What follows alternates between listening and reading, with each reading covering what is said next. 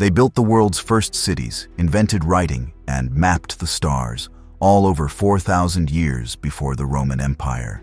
Yet, for centuries, their story was forgotten beneath the sands of southern Mesopotamia. Who were the Sumerians?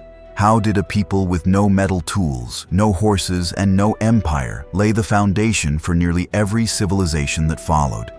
This is the full story of the Sumerians, a journey across more than 1,000 years of innovation, power struggles, and cultural evolution. From the muddy banks of the Tigris and Euphrates to the soaring temples of Uruk and Ur, we will explore how this ancient people transformed scattered settlements into the earliest urban societies known to history. Let's begin. The story of the Sumerians begins not with cities or kings, but with geography, specifically a narrow strip of land nestled between two mighty rivers in what is now southern Iraq. This region, called Mesopotamia by the ancient Greeks, means land between the rivers. It stretches between the Tigris and Euphrates rivers, which flow from the mountains of modern-day Turkey and Syria down into the Persian Gulf. In the southernmost part of this region, known as Sumer, something extraordinary began over 6,000 years ago. Southern Mesopotamia was not an obvious place for civilization to emerge. Unlike Egypt, which had predictable floods, or the Indus Valley, which enjoyed rich forest resources, Sumer was hot, dry, and almost entirely flat. Rainfall was scarce, and the summer heat could be brutal. There were no natural stone quarries, few trees, and limited metals. The soil, though potentially fertile, was too salty and dry to support agriculture without careful irrigation. It was, in many ways, an unwelcoming landscape. But the Sumerians, or rather, their Neolithic predecessors, discovered how to adapt. The key was water. By digging canals to divert the Euphrates and Tigris, early settlers learned to control the flow of water into their fields. These irrigation systems, though simple at first, transformed the region. Once flood-prone marshlands became controlled farmland. By the 5th millennium BCE, the people of the Ubaid culture, named after the site of Al-Ubaid near Ur, had begun to build small settlements supported by agriculture. They grew barley, raised sheep and goats, and constructed mud brick houses. By the middle of the 5th millennium BCE, these early communities developed into more complex villages. At the site of Eridu, considered by later Mesopotamians to be the first city, the evidence of organized temples and social hierarchies begins to emerge. Eridu was likely founded around 5300 BCE and grew into a spiritual center with a stepped platform and temple complex that would be echoed centuries later in the famous ziggurats of Sumer. To the people who lived there, Eridu was not just a settlement. It was a sacred place where heaven met earth. The Sumerians would later say that kingship itself descended from heaven to Eridu. The Ubaid period set the foundations for Sumerian civilization. People built larger homes, specialized in certain crafts, and created surplus food through irrigation. These changes led to social differentiation. Some individuals gained power, others performed labor, and religion began to play a central role in organizing society. Temples became not only spiritual centers but also economic hubs, storing grain, redistributing goods, and maintaining the irrigation systems. By the end of the 5th millennium BCE, the population in southern Mesopotamia had grown significantly. Settlements became denser and new towns sprang up along the riverbanks. People began trading with communities as far as northern Mesopotamia, Iran, and the Persian Gulf. Goods like obsidian, copper, and lapis lazuli flowed into the region, even though Sumer itself lacked these resources. This trade was made possible by the rivers, which acted as natural highways, linking far-flung peoples together. Then, sometime around 3800 BCE, a major transformation began. The early Ubaid towns evolved into full-scale cities. This marks the beginning of what scholars call the Uruk period, named after the city of Uruk, one of the most influential in all of Mesopotamian history. Uruk would eventually become the largest city in the world at its height, with tens of thousands of residents. But before its rise, other cities like Eridu, Lagash, and Nippur laid the groundwork. Why did this transformation happen in Sumer and not somewhere else? Geography again plays a central role. The flat alluvial plain of southern Mesopotamia, while environmentally fragile, allowed for expansive irrigation networks. These canals required constant maintenance and cooperation, which encouraged more centralized administration. Over time, this led to the emergence of elite classes, temple priests, administrators, and eventually kings, who could organize labor and manage resources. The abundance made possible by irrigation also fueled population growth. More people meant more labor, more craft production, and more innovation. Communities began building public architecture, like temples and granaries, that required large-scale coordination. This level of complexity needed new ways to keep records, leading eventually to the development of writing, a topic we'll explore in greater depth later. There was another factor that made Sumer unique: its lack of natural boundaries. Unlike Egypt, which had deserts to the east and west and the Mediterranean to the north, Sumer was exposed. Its open terrain made it both a crossroads and a contested space.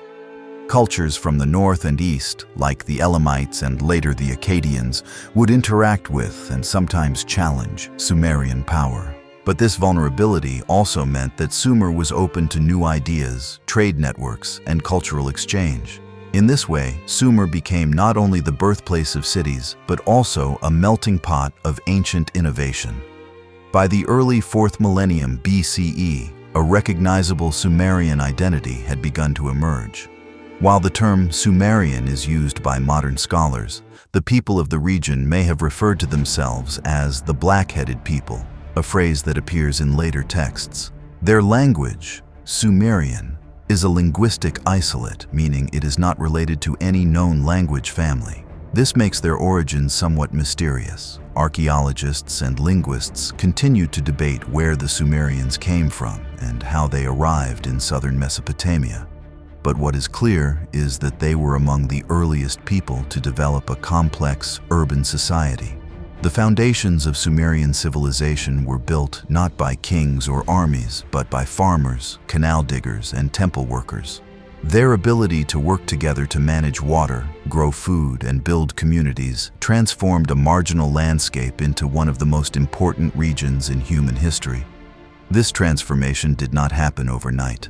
It took centuries of adaptation, experimentation, and cooperation. By the late 4th millennium BCE, Sumer was no longer a land of scattered farming villages and temple-centered towns. A profound transformation had begun. Across the southern Mesopotamian plain, settlements were growing into complex urban centers. These were not simply larger villages, they were the world's first cities, fundamentally different in structure, purpose, and scale. Their emergence marks a major turning point in human history. The earliest and most influential of these cities was Uruk. Located near the modern Iraqi city of Samawa, Uruk rose to prominence around 3800 BCE and remained a dominant power for nearly 1,000 years. At its height, Uruk may have held between 40 and 80,000 people, making it the largest city on Earth at the time. Its sheer scale represented a new kind of human organization, one that demanded innovations in architecture, governance, economy, and culture. Uruk was not alone. Other Sumerian cities emerged around the same period: Ur, Eridu, Lagash, Nippur, Kish, and Umma.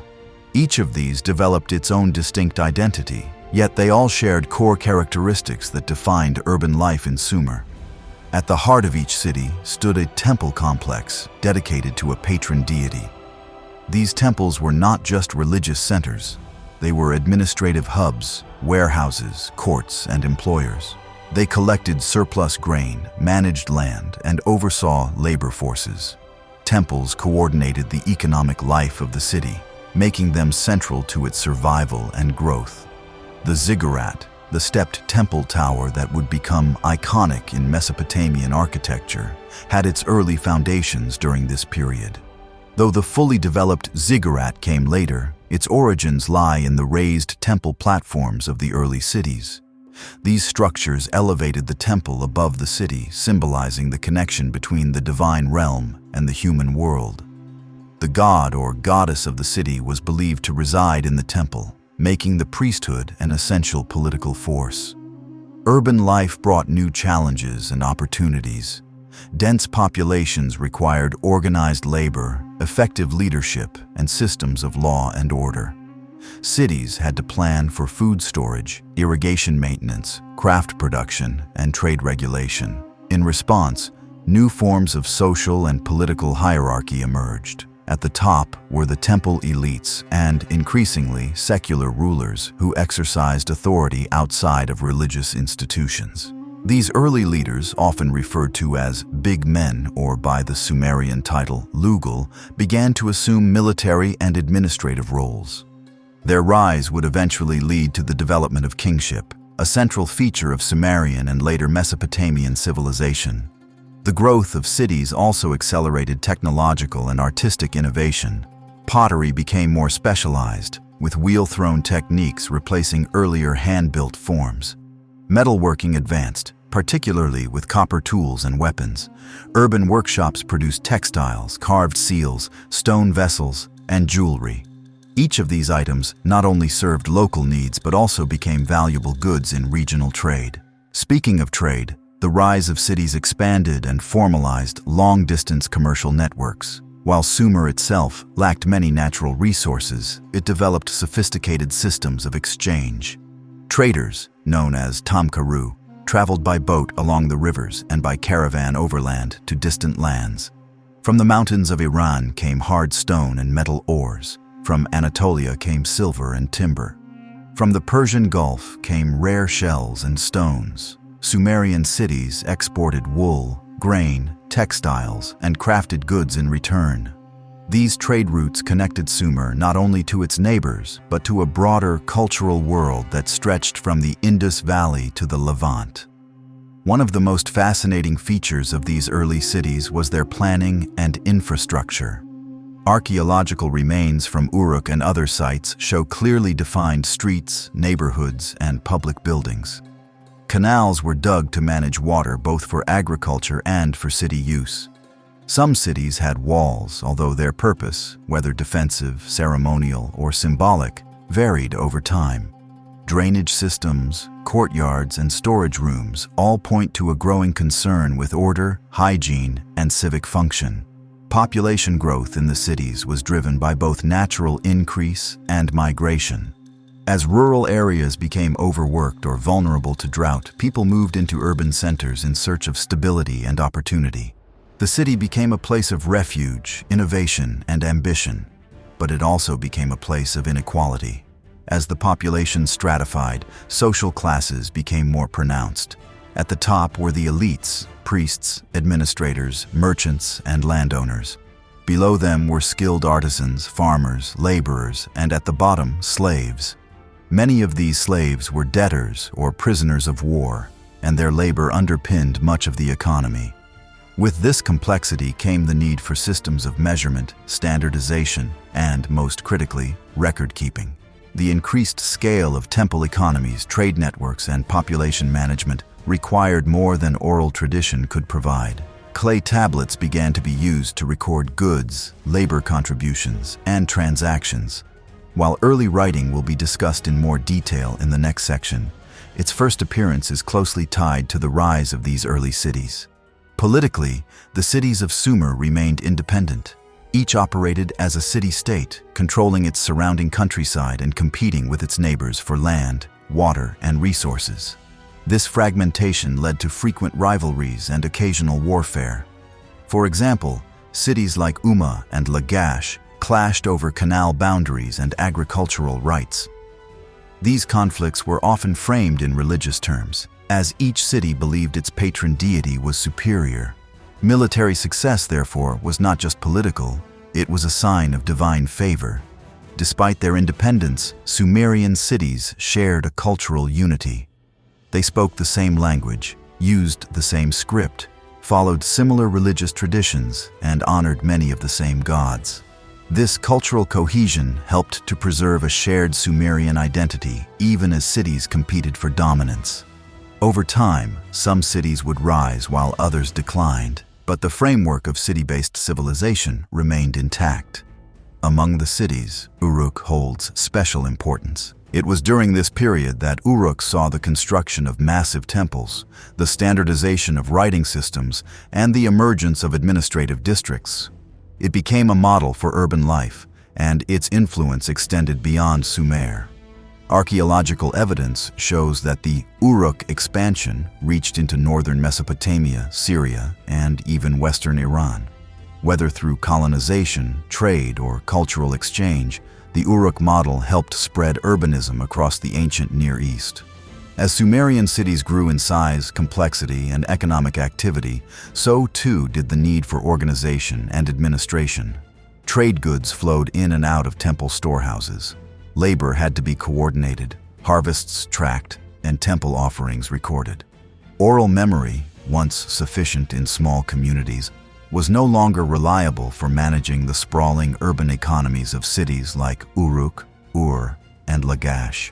The solution that emerged was revolutionary: the invention of writing. Writing did not appear suddenly. It was the product of gradual innovation, beginning with simple accounting tools. As early as the late 4th millennium BCE, Sumerians used small clay tokens to represent goods such as sheep, grain, or jars of oil. These tokens were stored in clay envelopes called bullae, which could be sealed and opened only when needed. Eventually, instead of storing tokens inside, people began pressing the symbols onto the surface of the clay, giving birth to pictographic impressions. This simple shift, from using physical tokens to creating impressions on clay, marked the beginning of written communication. By around 3200 BCE, these symbols evolved into more abstract signs, forming a system that scholars now call proto-cuneiform. The term cuneiform itself comes from the Latin word for wedge, referring to the wedge-shaped marks made by a stylus, typically a reed pressed into soft clay. Early cuneiform signs were pictographic, representing physical objects, but over time they became increasingly stylized and abstract. Initially, writing served economic and administrative purposes. Temple officials recorded the delivery of livestock, quantities of grain, land use, and labor contributions. These records helped manage the temple economy, ensuring accountability and transparency in a society where the central institutions controlled vast resources. The ability to create permanent records allowed officials to plan ahead, resolve disputes, and enforce obligations. But writing soon evolved beyond accounting. As the script matured, it began to include phonetic elements. Scribes used symbols to represent sounds, not just objects, allowing them to write names, verbs, and complex ideas. This transition from pictographic to phonetic writing was a crucial development. It opened the door to documenting language itself, not just quantities. One of the earliest known texts that reflects this shift is the so-called Kish tablet, dated to around 3200 BCE. It contains proto-cuneiform signs that hint at early attempts to represent spoken words. By the early 3rd millennium BCE, Sumerian scribes had developed a fully functional writing system capable of recording stories, hymns, prayers, laws, and contracts. Learning to write was no small task. The Sumerian script eventually included hundreds of signs, each representing a sound, word, or concept. Scribes underwent rigorous training in special schools known as adubas, literally tablet houses. In these schools, young boys from elite families memorized signs, copied model texts, and practiced writing day after day. A standard curriculum emerged, including lists of signs, vocabulary, and proverbs. These educational tablets provide insight into how knowledge was passed down and standardized. The status of the scribe rose with the complexity of the script. Scribes became indispensable to city administration, temple bureaucracy, and even royal courts. Their ability to read and write placed them among the educated elite. Inscriptions from this time show that scribes took great pride in their craft. One proverb from later Mesopotamia reads, "A scribe whose hand can keep up with his mouth, he is indeed a scribe." As writing expanded, so too did its uses. Religious texts were among the earliest genres beyond accounting. Hymns and temple rituals were written down to ensure consistency in worship. Lists of offerings, prayers to the gods, and instructions for ceremonies were all committed to clay. In time, scribes also began recording historical events, legal decisions, and royal decrees. One of the earliest examples of this broader use is the Enmetena foundation cone, created by the ruler Enmetena of Lagash in the 24th century BCE. This cone details a border conflict between Lagash and Umma and serves both as a historical record and a political statement. The text asserts the legitimacy of Lagash's claim to the disputed land, invoking divine approval and ancestral precedent. Writing also enabled the development of law. With written contracts, individuals could record land sales, marriages, loans, and labor agreements. These documents were witnessed, signed, often with a cylinder seal, and stored in archives. The permanence of clay meant these agreements could be preserved and consulted long after they were made, reducing disputes and establishing trust in social transactions. Writing changed how Sumerians thought about time, order, and memory. It allowed them to create fixed narratives, transmit ideas across generations, and build complex institutions. Myths and epics could be written down and shared. Astronomical observations could be recorded and refined. Bureaucracies could manage entire cities with a level of detail that oral tradition alone could not sustain. One of the most significant consequences of writing was the preservation of the Sumerian language itself. As a linguistic isolate with no known relatives, Sumerian may have vanished entirely if not for its written form. Though it eventually ceased to be a spoken language, it remained the language of scholarship and ritual for centuries, thanks to its cuneiform legacy.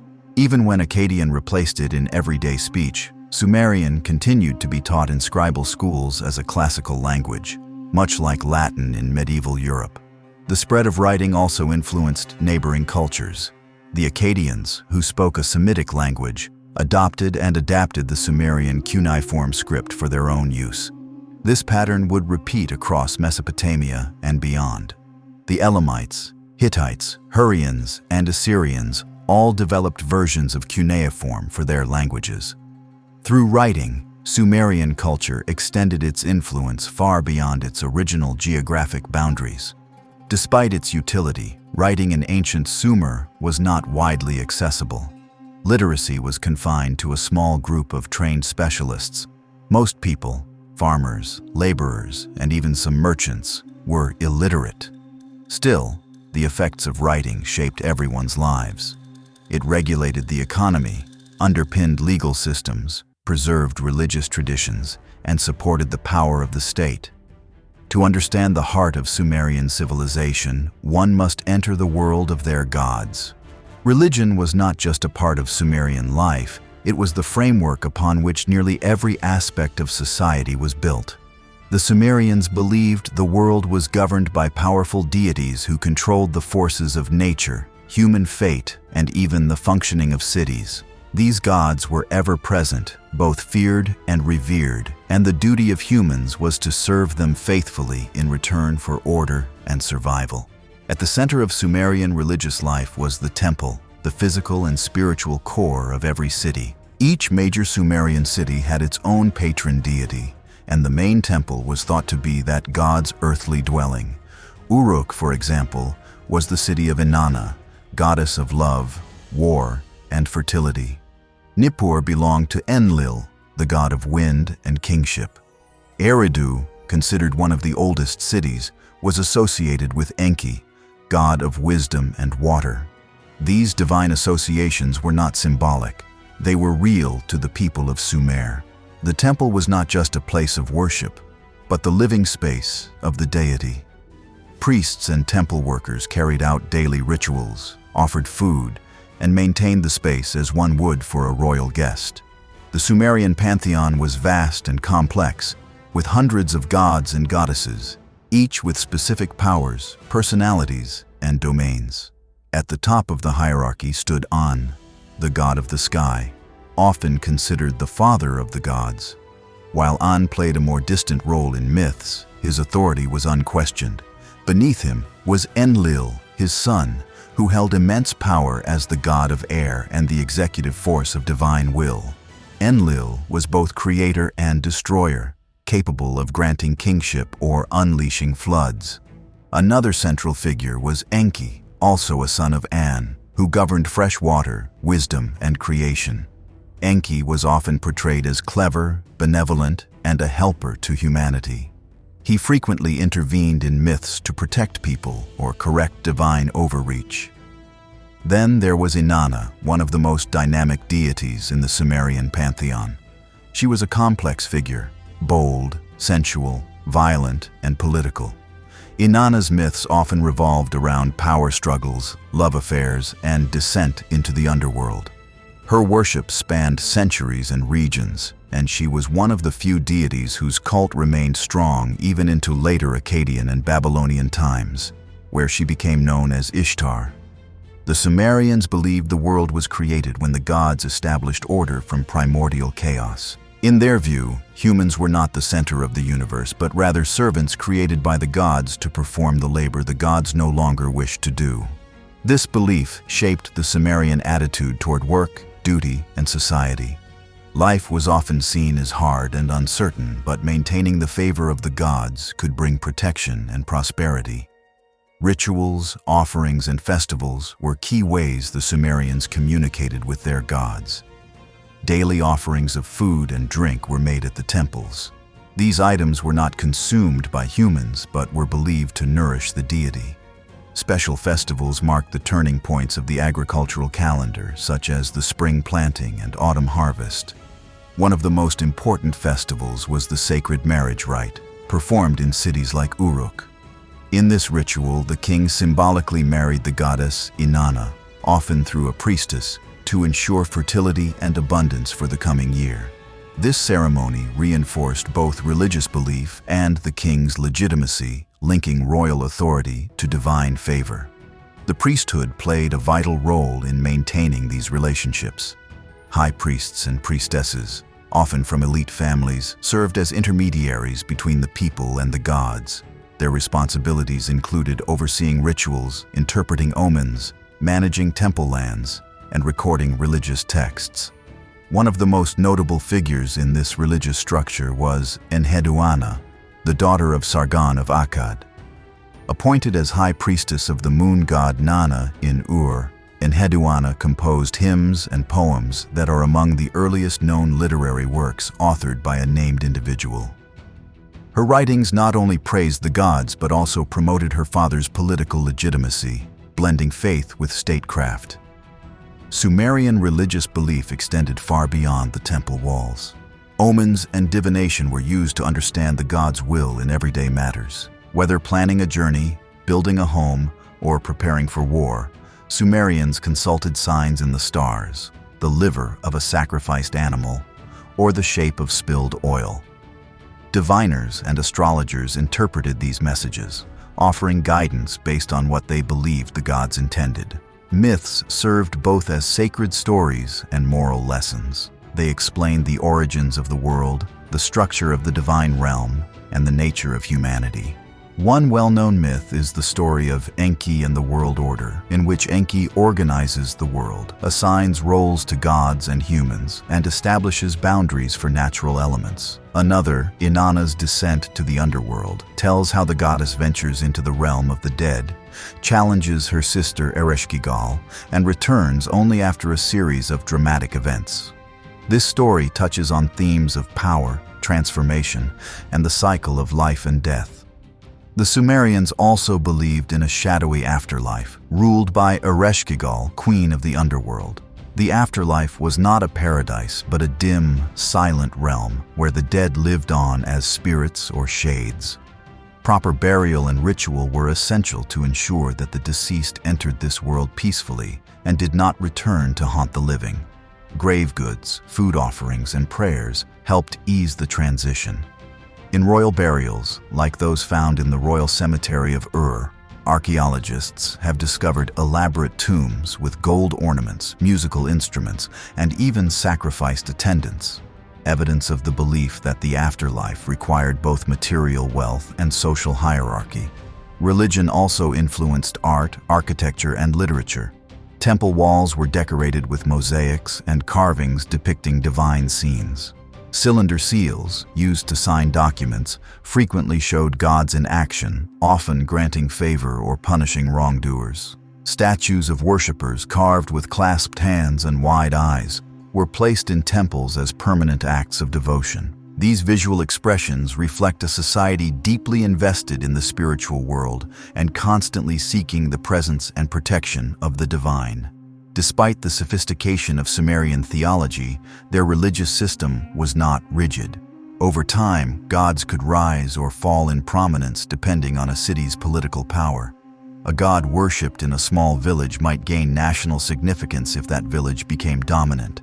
Likewise, myths were reinterpreted, merged, or adapted as political needs changed.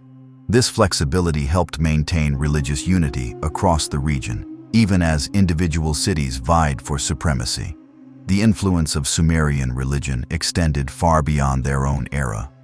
Many of their gods, myths, and rituals were adopted by later cultures. The Akkadians, Babylonians, Assyrians, and even the Hebrews inherited elements of Sumerian theology. Concepts like divine kingship, sacred law, and the cosmic struggle between order and chaos would echo through ancient history. As the Sumerian world matured, the social and political structures that once centered around temple institutions began to shift. While temples and priests remained powerful, a new form of leadership began to emerge, one that would shape the region for centuries to come. This was the rise of kingship, or lugal, meaning big man in Sumerian. From this development, the city-state model took full form, independent urban centers governed by kings who wielded both secular and religious authority. The earliest Sumerian cities had been administered primarily through temple-based collectives. These institutions, led by priests, organized irrigation, managed surplus grain, oversaw craft production, and conducted religious rituals. In these early stages, authority was largely communal and theocratic. However, as urban populations increased, trade expanded, and rivalries between cities intensified, the need for military leadership grew more urgent. This is where the figure of the lugal appeared. Initially, a lugal may have been a temporary war leader chosen during a crisis, someone who could defend the city's interests and then return power to the temple authorities once peace was restored. Over time, however, the position of lugal became more permanent. These leaders began to assert independent authority, building palaces and establishing dynasties that would challenge the dominance of the temple. The transition from priestly councils to hereditary kingship marked a fundamental shift in Sumerian governance. It reflected a growing complexity in administration, law, and warfare. A king was expected to protect his city, expand its influence, appease the gods, and ensure justice. The king became the embodiment of divine favor, and in many cases, kingship itself was believed to be a gift from the gods. According to Sumerian tradition, kingship descended from heaven. This phrase appears in the Sumerian king list, a remarkable document compiled in later centuries that attempts to trace the lineage of kings across various cities from mythical times through historical rulers. The list opens with antediluvian, or pre-flood, kings who supposedly reigned for thousands of years before the Great Flood swept over the land. After the flood, kingship was said to have been re-established in Kish, then passed from one city to another depending on divine will and military fortune. One of the earliest historically attested kings is Etana of Kish, who appears both in the king list and in mythological literature. Etana is described as the shepherd who ascended to heaven and consolidated all the foreign countries. While the historical details of his reign remain uncertain, his legend reflects the emerging ideal of the king as a unifier and protector, a leader connected not only to his people, but to the divine realm. The rivalry between cities often drove the rise of powerful kings. In the early 3rd millennium BCE, the cities of Umma and Lagash became embroiled in a long-standing conflict over a fertile tract of land called the Gutian. This dispute, recorded on numerous tablets and monuments, culminated in the victories of Ur-Nammu, king of Lagash. Ur-Nammu led military campaigns against Umma and other neighboring cities, and he commemorated his triumphs in inscriptions and reliefs. One of the most famous of these is the Stele of the Vultures, a carved monument that shows Ur-Nammu leading troops into battle under the protection of the war god Ningirsu. The stele also portrays rows of enemies trampled under chariots and pierced with spears, a stark visual message of power and divine approval. Through such displays, kings asserted not only their military might, but also their role as agents of the gods. Ur-Nammu's rule marked one of the first attempts to unite multiple Sumerian cities under a single authority. While he did not create an empire in the formal sense, his dominance over neighboring regions foreshadowed future ambitions of unity. His successors in Lagash continued to assert regional power, though their control was often short-lived. The constant push and pull between independence and domination became a defining feature of Sumerian politics. Another significant figure was Lugal-Zagizi, a king of Umma who rose to power in the 24th century BCE. After defeating Lagash, Lugal-Zagizi launched an ambitious campaign to unite all of Sumer under his rule. He claimed to have conquered from the Persian Gulf to the Mediterranean Sea, though the extent of his control remains debated. What is clear is that Lugal-Zagizi successfully brought multiple city-states under his command, at least briefly. He moved his capital to Uruk, positioning himself as a pan-Sumerian ruler. Lugal-Zagizi's rule, however, would be short-lived. His ambition attracted the attention of an emerging power from the north, the Acadians, whose rise would reshape the political landscape of Mesopotamia. That story belongs to later chapters, but Lugal-Zagizi represents the last major Sumerian attempt to unify the land before the coming of empire. Despite the growing strength of kings, temples, and religion remained deeply entwined with politics. Kings often took on religious titles, sponsored temple construction, and claimed divine endorsement.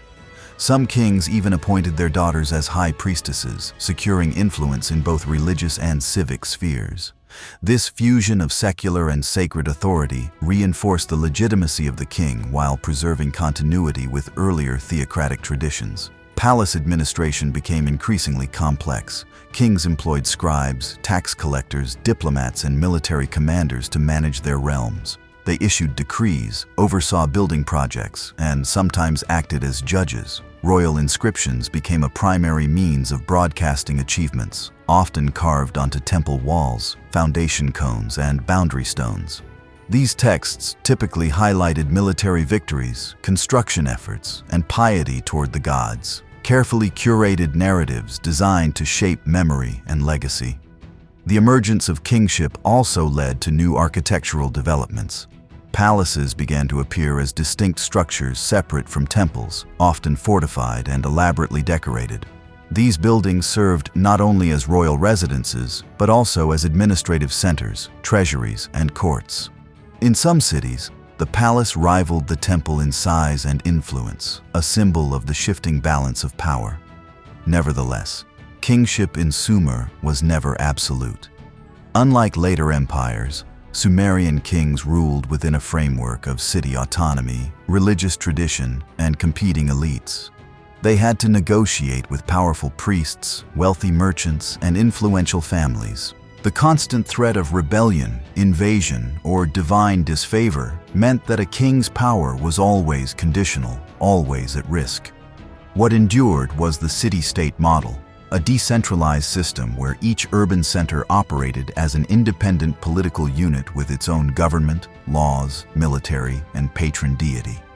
These city-states might ally with one another, engage in trade, or go to war, but none could maintain lasting control over the entire region for long.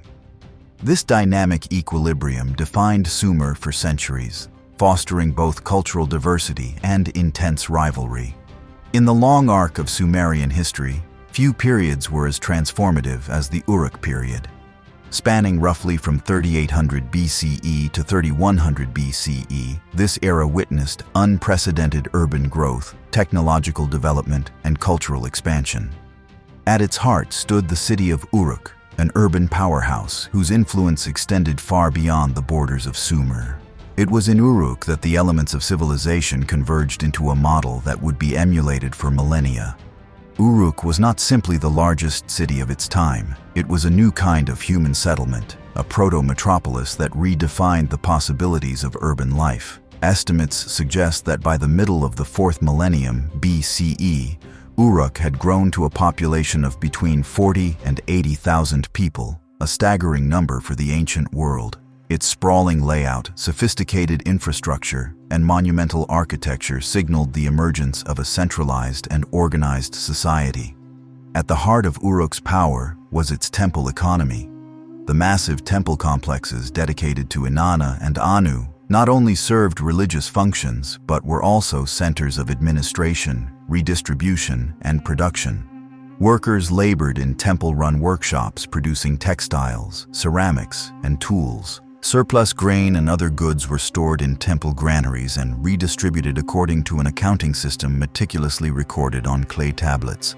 The temple stood as both a spiritual and economic engine. What made Uruk exceptional was not just its size or wealth, but its reach. During the Uruk period, evidence of Uruk-style architecture, pottery, and administrative tools appears across a vast area, from northern Mesopotamia and western Iran to southeastern Anatolia and the Persian Gulf. This phenomenon, often referred to as the Uruk expansion, remains a subject of scholarly debate. Was it a form of colonization, a trading network, or a cultural diffusion? While the precise mechanism remains uncertain, what is clear is that Uruk exerted significant influence over a wide geographical area. Uruk outposts or enclaves have been identified in places such as Habuba Kabira in modern Syria and Godin Tepe in Iran. These sites exhibit architectural features, pottery styles, and administrative practices identical or similar to those found in Uruk itself. This suggests not only contact but sustained presence. Whether through trade agreements, population movement, or political control, Uruk extended its reach into regions far beyond Sumer. This expansion helped spread Sumerian innovations, including writing, cylinder seals, standardized weights and measures, and religious iconography. In this way, the Uruk period laid the foundation for a shared cultural and administrative framework across Mesopotamia and its periphery. The scale of Uruk's influence raises the question, was this the first attempt at empire in human history? The answer depends on how one defines empire. Unlike later empires with standing armies and centralized governance over diverse territories, Uruk's influence was likely more economic and cultural than militaristic. However, the scope of its expansion, its administrative sophistication, and its projection of cultural identity suggest the earliest roots of imperial thinking. Uruk's most famous figure, Gilgamesh, embodies both the grandeur and the ambition of this period. Though his historical existence remains debated, Gilgamesh appears on the Sumerian king list as a king of Uruk who reigned in the early 3rd millennium BCE. He was remembered not just as a ruler, but as a builder of city walls, a seeker of wisdom, and a figure of extraordinary strength. The epic tales surrounding Gilgamesh, though compiled in later centuries, likely draw on older oral traditions rooted in the Uruk period.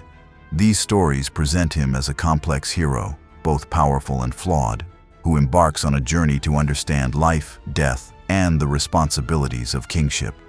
In one version of the Epic of Gilgamesh, the king boasts of building the mighty walls of Uruk, inviting the reader to walk upon them and witness the greatness of the city. While the epic will be explored in greater depth in a later section, it is important to recognize that Gilgamesh's association with Uruk reflects how the city became a symbol of cultural and political innovation. His legend captured the Sumerian ideal of a ruler who not only conquered but also preserved order, sought justice, and acknowledged human limits. Uruk's dominance during this period also fostered advances in visual culture. Artistic representations became more standardized and symbolic. Cylinder seals, used to roll impressions onto clay, depicted gods, animals, and social scenes with increasing complexity. These small objects served as personal signatures and markers of identity and status. Their imagery reveals a growing awareness of narrative, power, and divine order. Technological innovations also accelerated. The use of the potter's wheel became widespread, allowing for mass production of ceramics. Tools improved with better metallurgy. Administrative texts show growing complexity in the recording of transactions, resource management, and taxation. Scribes refined their techniques, moving from proto-cuneiform to more standardized cuneiform forms. But with growth came strain. The larger and more interconnected Uruk became, the more it had to manage issues of supply, labor, and loyalty. Archaeological evidence suggests that some of the northern outposts were eventually abandoned or destroyed. Local populations may have resisted Uruk's influence, or trade routes may have shifted. Whatever the reason, the Uruk expansion did not last forever. By the end of the Uruk period, around 3100 BCE, the city's influence began to contract. Yet Uruk itself remained a central power in Sumer, and its legacy continued to shape the trajectory of Mesopotamian civilization. One of the lasting impacts of the Uruk period was the blueprint it provided for later city-states and empires. The administrative practices, religious structures, and economic systems developed in Uruk would be adopted and adapted by future powers. Kings from later dynasties would look back to Uruk as a model of legitimacy and divine order. Uruk's success also emphasized the importance of centralized control, record-keeping, and the symbolic use of architecture and literature to reinforce power. These insights would be vital as the Sumerian world transitioned into the early dynastic period, a time of competing city-states, shifting alliances, and increasingly ambitious rulers. Long before the epics of Homer, before the Sanskrit hymns of the Rig Veda, and before the Hebrew Psalms, the people of Sumer composed the world's earliest known literary works. They etched their thoughts into clay tablets, preserving myths, hymns, laments, and epics that would shape the literary traditions of later civilizations. Among these texts, one story towers above the rest: the Epic of Gilgamesh. This remarkable narrative not only reveals the spiritual and moral questions of ancient Sumer, but also marks a significant development in the human to tell stories, reflect on existence, and explore the meaning of life. Gilgamesh, the central figure of the epic that bears his name, was believed to have been a historical king of Uruk, reigning during the early dynastic period, perhaps around the 27th century BCE. Though his real deeds are lost to time, Sumerian scribes immortalized him in a series of tales that evolved into a literary masterpiece over centuries. These stories began as independent Sumerian poems, told orally and eventually written in cuneiform, before being compiled and refined in the Acadian version that would spread across the ancient Near East. The Epic of Gilgamesh is more than just a heroic saga. It is a meditation on friendship, power, mortality, and the quest for meaning. The story begins with Gilgamesh as a powerful but arrogant king whose tyranny causes his subjects to cry out to the gods. In response, the gods create Enkidu, a wild man who initially lives among animals but is later civilized through contact with humans. Enkidu challenges Gilgamesh, and after a fierce battle, the two become close friends. Together, they embark on daring adventures, slaying the monstrous Humbaba in the cedar forest, and killing the bull of heaven sent by the goddess Inanna. But these victories come at a cost. The gods punish the pair by striking Enkidu with illness. His death devastates Gilgamesh and triggers the central theme of the epic, his desperate search for immortality. Gilgamesh's journey leads him to Ur-Nammu, a sage who survived a great flood and was granted eternal life by the gods. In one of the most famous passages, Ur-Nammu recounts how he built a boat to survive the flood, paralleling later stories such as the biblical account of Noah. Ultimately, Gilgamesh fails in his quest. He learns that immortality is reserved for the gods and that human beings must find meaning in the life they are given. The final message is both profound and deeply human. Gilgamesh returns to Uruk and admires the walls he built, realizing that while he cannot live forever, the works he leaves behind can endure. This theme of legacy, of what remains after we are gone, is a powerful reflection of Sumerian concerns about time, death, and remembrance. Beyond the Epic of Gilgamesh, Sumerian literature encompassed a wide variety of genres. Myths and epics were only part of the literary landscape. Scribes composed hymns to the gods, praising their attributes and requesting blessings. One notable example is the hymn to Inanna, which celebrates the goddess's power, beauty, and capacity for both creation and destruction. These hymns were often performed during temple rituals, accompanied by music and dance. Another important genre was the lament. These texts expressed grief over the destruction of cities or temples, often attributing such calamities to divine punishment for human failings. The lament for Ur is one of the most poignant examples. Composed after the fall of the city of Ur, it mourns the loss of divine favor, the suffering of the people, and the desecration of sacred places. Yet, even in despair, these laments reaffirm the possibility of restoration and the enduring connection between humans and the gods. Proverbs and wisdom literature also played a key role in Sumerian culture. These short sayings, often humorous or didactic, offered insights into behavior, social norms, and moral values. Collections of proverbs were used in scribal education, helping students learn both the language and the worldview of their society. One example reads, "He who has much silver may be happy. He who has much barley may be joyful, but he who has nothing can sleep." Such sayings reflect the complexities of wealth, status, and contentment in ancient life. In addition, the Sumerians recorded legal cases, treaties, and royal inscriptions that, while not literary in the traditional sense, used carefully crafted language to convey authority and legitimacy. Kings often commissioned scribes to compose praise poems or foundation inscriptions, linking their rule to divine will and heroic deeds.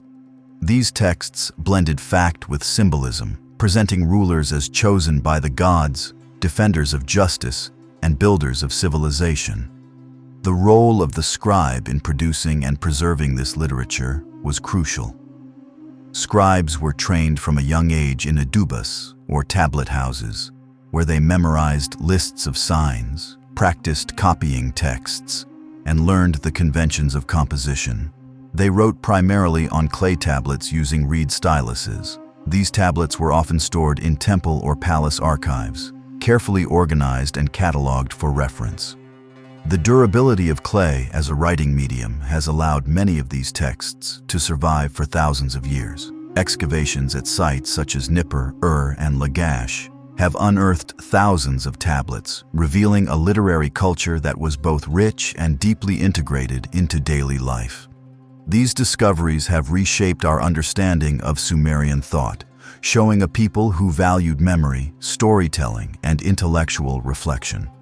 One remarkable figure in the history of Sumerian literature is Enheduanna, daughter of Sargon of Akkad and high priestess of the moon god Nana in the city of Ur. Though she lived slightly after the period of early Sumerian literature, her works are rooted in the traditions established during the Sumerian era. Enheduanna is the earliest known author in history whose name is recorded. Her hymns, especially those dedicated to Inanna, display literary sophistication and personal emotion. They also reflect the power of literature to shape religious devotion and political identity. The influence of Sumerian literature extended beyond its own era. Later Mesopotamian cultures, including the Akkadians, Babylonians, and Assyrians, adopted and adapted Sumerian stories, themes, and characters. The Epic of Gilgamesh, for example, was translated into Akkadian and became a staple of scribal education for centuries. Its themes of mortality, friendship, and the search for meaning resonated across cultures and time periods. Even in modern times, the rediscovery of Sumerian literature has had a profound impact. The first fragments of the Epic of Gilgamesh were found in the mid-19th century during excavations at Nineveh. Since then, scholars have pieced together hundreds of tablets from different sites, reconstructing a narrative that speaks to the universal human condition. Today, Gilgamesh stands not only as a legendary king of Uruk, but as a symbol of humanity's timeless questions. The rise of Sumerian civilization was not only a triumph of urban planning, religion, and literature, it was also a triumph of agriculture. Beneath the grandeur of temples, the power of kings, and the sophistication of scribes was a fundamental question. How could cities of tens of thousands survive in a hot, arid land with limited rainfall? The answer lay in the mastery of irrigation and the transformation of the Mesopotamian landscape into a system of engineered abundance. Southern Mesopotamia, particularly the region known as Sumer, receives very little rainfall. In most years, the land is dry, dusty, and exposed to extreme temperatures. Yet it also holds enormous potential. The alluvial plain between the Tigris and Euphrates rivers is composed of rich, silty soil deposited by seasonal floods. Left unmanaged, these floods were destructive. But if properly harnessed, the waters of these rivers could be directed to nourish fields and support dense populations. From early on, the inhabitants of Sumer began to construct canals to carry water from the rivers into their fields. These canals ranged in size from small feeder ditches dug by individual families to vast city-managed systems that stretched for miles. Over time, the Sumerians developed increasingly sophisticated methods to regulate the flow of water, using gates, levees, and reservoirs to control distribution and prevent damage. The earliest irrigation works likely began as simple trenches, but by the early 4th millennium BCE, communities had already developed canal networks that required organized labor and oversight. Managing water became one of the central duties of temple and later royal administrations. Canals had to be maintained regularly, cleared of silt, protected from breaches, and synchronized with the agricultural calendar. Neglect could result in ruin, either from the failure of crops due to lack of water or from flooding that destroyed homes and livelihoods. To make this system work, early Sumerians had to cooperate on a large scale. Water management demanded communal effort, standardized rules, and accountability. This necessity helped drive the formation of early political structures. Those who controlled the canals held power, not only over water, but over the economic and social life of the community. The crops grown in Sumer reflected both the environment and the ingenuity of its farmers. Barley was the staple grain, prized for its ability to thrive in saline soil and its many uses. Barley could be eaten as porridge, baked into bread, or brewed into beer, a common beverage in daily life. Alongside barley, Sumerians grew lentils, onions, garlic, leeks, and dates. The date palm, in particular, became a valuable resource. It provided fruit, shade, wood, and fiber, all essential in a region with few natural trees. Irrigation also made possible the cultivation of flax, used in the production of linen, and sesame, pressed into oil. The surplus from these crops not only fed urban populations but supported trade, taxation, and temple offerings. Agricultural productivity underpinned the entire Sumerian economy. Domesticated animals were also integrated into the agricultural system. Oxen pulled plows through the heavy soil, while donkeys were used as pack animals. Sheep and goats provided meat, milk, and wool. These animals grazed on fallow fields or were herded along the riverbanks and marshes. Cattle and pigs were kept in larger settlements. The Sumerians even managed fish ponds and hunted waterfowl in the wetlands, supplementing their diet with wild resources. Plow technology was one of the key agricultural innovations of the period. The Sumerians used a simple yet effective tool called the cedar plow. Pulled by oxen, this device could open furrows in the soil and drop seeds simultaneously, significantly improving efficiency. The cedar plow allowed for the cultivation of larger fields and helped increase yields, an essential factor in supporting growing urban populations. The Sumerians also developed early forms of crop rotation and fallowing. Leaving a field uncultivated for a season or more helped restore soil fertility. This practice, along with irrigation, was crucial in managing the salinization of farmland. Salt buildup was a constant threat in Sumer, as irrigation brought not only water, but also dissolved minerals that gradually poisoned the soil. Over time, some areas became too saline for barley, forcing farmers to switch to more salt-tolerant crops or abandon the land altogether. This environmental challenge had long-term consequences. Archaeological and textual evidence shows that certain cities, including the great city of Ur, struggled with declining agricultural productivity due to salinization.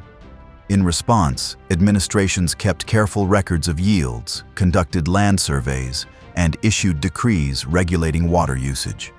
These practices reflect an early understanding of environmental limits and the need for sustainable management. Inscriptions from rulers like Uruk of Lagash mention reforms aimed at protecting the rights of farmers, regulating canal access, and curbing exploitation by officials. These texts, though often political in nature, highlight the centrality of agriculture in both social justice and statecraft. They remind us that in Sumer, farming was not just a private activity, it was a public concern, interwoven with governance and morality. The state's role in managing agriculture is evident in the organization of land. Much of the land was held by temples, palaces, or wealthy landowners. These estates employed laborers, including free citizens, dependents, and slaves. Farmers worked allotted plots in exchange for rations or a share of the harvest. In some cases, families leased land from the temple, paying rent in kind or through service. Despite this concentration of ownership, there remained a significant number of smallholders who farmed their own land. These families lived in villages or on the outskirts of cities and contributed to the local economy through taxes and labor. Their voices are less visible in the written record, but their daily toil sustained the society. Sumerian texts are filled with agricultural references. Legal contracts recorded the terms of land leases, harvest obligations, and water disputes. School texts for scribes included agricultural vocabulary, emphasizing its importance in administrative work. Literary texts used farming as metaphor. Growth, cultivation, and harvest were often symbols for wisdom, justice, and the rhythms of life. The Sumerians also celebrated agricultural festivals that honored the cycles of planting and reaping. These events included rituals, feasting, and offerings to deities associated with fertility such as Inanna and Dumuzid. In the myth of Inanna's descent into the underworld, her absence causes all life on earth to wither, reflecting the dependence of agriculture on divine favor. Her eventual return restores growth, echoing the seasonal rhythms experienced by farmers. Over time, the mastery of irrigation and the intensification of agriculture allowed Sumer to support increasingly complex societies. Cities grew larger, armies more powerful, and temples more elaborate. But this growth also brought pressure on the land, on laborers, and on social cohesion. Environmental strain, inequality, and administrative burdens would eventually test the resilience of the system. As the Sumerian world grew in complexity, so too did the economic systems that supported it. The foundation laid by agriculture allowed Sumerian society to diversify its labor, expand its markets, and develop a structured social order. While food production remained central, trade, manufacturing, and administration emerged as equally vital aspects of the Sumerian economy. These shifts did more than generate wealth. They transformed the way society was organized, creating new classes, professions, and forms of dependence that shaped every level of life. Sumer, located in the southernmost part of Mesopotamia, was both rich in potential and poor in natural resources. While the region boasted fertile soil and a warm climate ideal for farming, it lacked stone, timber, and metal ores, materials essential for building, crafting, and weaponry. This scarcity gave rise to a vibrant and far-reaching trade network, linking Sumer to distant lands and fostering a culture of exchange that went well beyond simple barter. By the late 4th and early 3rd millennia BCE, Sumerian traders had begun venturing far from their homeland.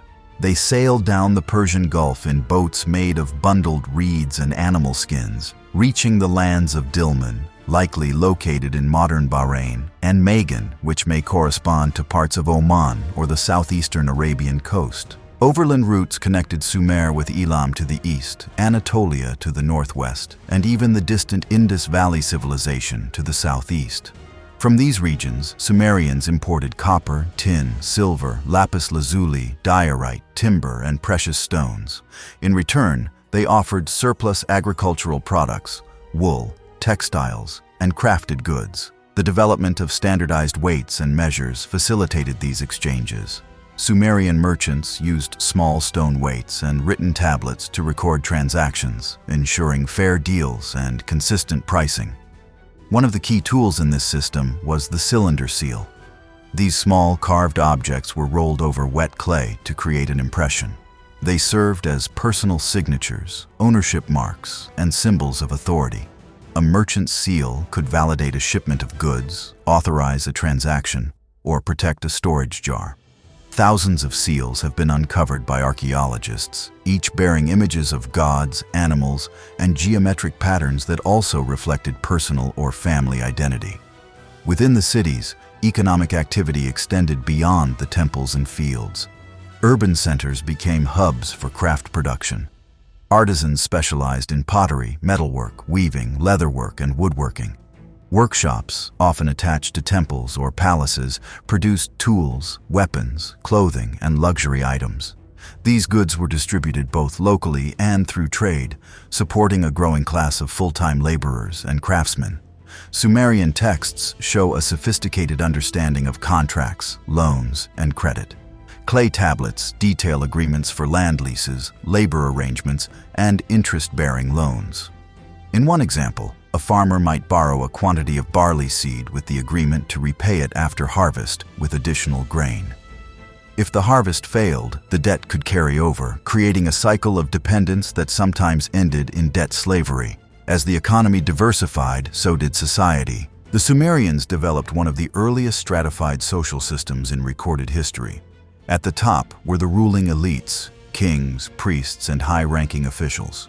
These individuals controlled large estates, received tribute, and were often exempt from manual labor. Below them were the free citizens, including merchants, artisans, farmers, and soldiers. These individuals had legal rights, could own property, and participated in civic life. Further down the social ladder were the dependent laborers and temple workers. Many of these people worked land that belonged to temples or the state. They were often paid in rations of grain, oil, and wool rather than in silver or goods. Some held specialized roles, such as gardeners, brewers, or carpenters. Their position was semi-free. They had obligations, but also some legal protections. At the bottom were slaves. Slavery in Sumer was typically not based on race or ethnicity, but on debt, punishment, or warfare. A person who failed to repay a loan might become a slave until the debt was worked off. Prisoners captured in battle were also enslaved, often assigned to temple labor or elite households. Slaves could sometimes earn their freedom or be freed by their masters, and legal texts describe specific procedures for such manumission. Women in Sumerian society held a variety of roles depending on class and circumstance. Elite women could become priestesses, own property, and engage in business transactions. Some women, such as the high priestess Enheduanna, even wielded significant political and religious influence. Common women worked as weavers, brewers, midwives, or sellers in local markets. Marriage contracts and dowry agreements suggest that women had recognized legal status, although they remained subordinate to male authority in most contexts. The relationship between wealth and power was deeply entrenched. Temples and palaces accumulated resources through taxation, offerings, and tribute. They controlled vast agricultural estates, herds of animals, and networks of laborers. Economic inequality became a permanent feature of society. The wealthy lived in large, multi-room homes in the city center, while the poor resided in smaller dwellings on the outskirts. Access to education, religious offices, and political influence was largely determined by birth and wealth. Administrative texts from cities such as Lagash, Ur, and Umma reveal detailed records of resource distribution. Scribes documented how much grain was collected, how many workers were assigned to a task, and what goods were exchanged. These records were not merely bureaucratic. They reveal the structure and priorities of the state. Efficiency, control, and stability were essential to maintaining the system. The economy also shaped the city's layout. Markets emerged near city gates or temple precincts, where traders could bring in goods and exchange them under watchful supervision. Storage areas, workshops, and administrative buildings clustered around these zones. The city was not just a place of worship or governance, it was a living economic organism. Despite the prosperity of many Sumerian cities, economic life was not without tension. Disputes over land, water, debt, and labor appear frequently in legal texts. Inequities led to social unrest, and some rulers, such as Uruk of Lagash, issued reforms aimed at curbing corruption and protecting the poor. While these reforms may have been limited in effect, they suggest that economic justice was a concern even in ancient times. The Sumerian approach to economics was both practical and deeply intertwined with religious and social beliefs. The gods were seen as the ultimate owners of land and wealth. Temples acted as custodians of divine property, and labor was a form of service not only to society, but to the divine order. Offerings, tithes, and temple donations were spiritual obligations that reinforced communal identity and divine favor. Over time, the economic model pioneered in Sumer would influence neighboring civilizations. The idea of a centralized authority managing irrigation, collecting taxes, and regulating trade became a template repeated across Mesopotamia and beyond. The development of money, law, and commercial regulation has deep roots in the ledgers and marketplaces of Sumer. As Sumerian society expanded and urban centers flourished, daily life became increasingly complex. With growing populations, diverse professions, intricate trade relationships, and vast temple economies, there arose a pressing need to regulate behavior, resolve disputes, and administer justice. The Sumerians responded to these challenges not with force alone, but with innovation. They developed one of the world's earliest bureaucratic systems and laid the groundwork for written law. Unlike the more famous law codes of later Mesopotamian rulers, such as Hammurabi of Babylon, Sumerian legal traditions emerged gradually and were deeply integrated into temple, palace, and civic life. By the early 3rd millennium BCE, administrative texts from cities like Lagash, Ur, Umma, and Shuruppak reveal a society governed not just by rulers, but by detailed systems of record-keeping, standardized rules, and legal norms. The Sumerians did not begin with codified laws in the modern sense. Instead, they recorded legal precedents, individual cases, decisions, and contracts that established a framework for acceptable behavior. Over time, these decisions became the basis for more formal laws. Written on clay tablets, these records served as public documents accessible to scribes and officials who administered justice on behalf of temples and kings. Administrative bureaucracy was essential to this process. Scribes played a central role in maintaining records, writing contracts, calculating taxes, and managing inventories. Their work was not simply clerical, it was foundational to the functioning of government and society. Sumerian scribes were trained in specialized schools called idubas, where they learned hundreds of cuneiform signs, numerical systems, and legal formulas. One of the earliest and most significant examples of legal administration comes from the reign of Uruk, a ruler of the city of Lagash in the 24th century BCE. Although his reforms do not survive as a comprehensive code, inscriptions and administrative texts from his rule indicate a conscious effort to address corruption, abuse of power, and inequality. He abolished certain taxes that burdened the poor, protected widows and orphans, and limited the power of officials to seize property unjustly. Uruk-agina's reforms reflect an awareness of social justice and the role of law in maintaining harmony. His declarations used language emphasizing fairness and divine approval, suggesting that law was not only a human tool, but also a reflection of cosmic order. His efforts were likely motivated by both moral and political considerations, strengthening his legitimacy by portraying himself as a just ruler. Beyond royal reforms, the bulk of Sumerian legal activity involved everyday contracts. These included land sales, rental agreements, marriage contracts, loan arrangements, and inheritance settlements. Each contract was written on a clay tablet, often witnessed by multiple parties and sealed with a cylinder seal. These seals, rolled onto the wet clay, acted as signatures and verified authenticity. Marriage contracts, for example, detailed dowries, obligations of the spouses, and inheritance rights. Divorce, though rare, was allowed under specific circumstances. Loan documents specified interest rates and repayment terms. If a borrower failed to repay, they could lose property, be forced into labor, or in some cases, become debt slaves.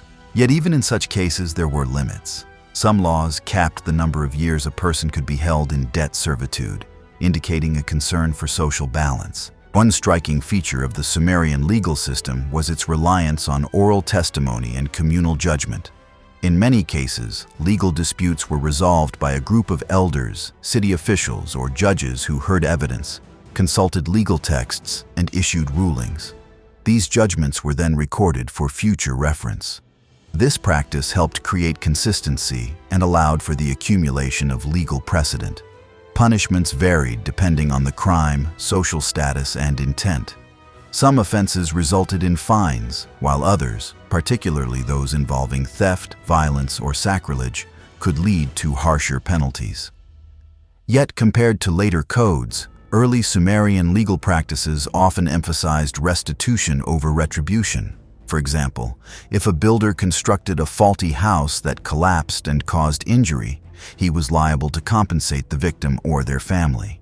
Temples played an important role in the legal system. They were not just religious centers, but also administrative and judicial institutions.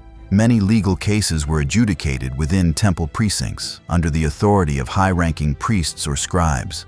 The temple was seen as a neutral and sacred space, reinforcing the idea that justice was sanctioned by the gods. Palaces, too, became centers of legal activity as kings assumed greater authority. By the later 3rd millennium BCE, rulers such as Lugal-Zaggisi and later Sargon of Akkad began to assert royal control over legal matters. Kings issued decrees, appointed judges, and oversaw the resolution of disputes. The centralization of legal authority mirrored broader trends in governance and territorial control. The integration of law into economic life was especially visible in taxation and labor organization. Temples and palaces collected goods and labor as a form of tax. These obligations were recorded in meticulous detail. A farmer, for example, might owe a certain amount of barley, wool, or fish to the temple each season. A craftsman might be required to perform labor for public works projects. Failure to meet these obligations could result in fines or seizure of property. To manage these responsibilities, Sumerian officials used accounting tablets that tracked inputs and outputs. These records often included detailed lists of personnel, materials, and quantities. The early use of numerical systems, based on a combination of base 60 and base 10, allowed for complex calculations. Clay tokens and bullae continued to be used alongside written tablets, forming an integrated system of verification and storage. As bureaucracy expanded, so did the need for transparency and accessibility. Some laws and official proclamations were inscribed on public monuments or clay cones buried in temple foundations. These texts proclaimed the king's justice, the city's laws, or the protection of sacred property.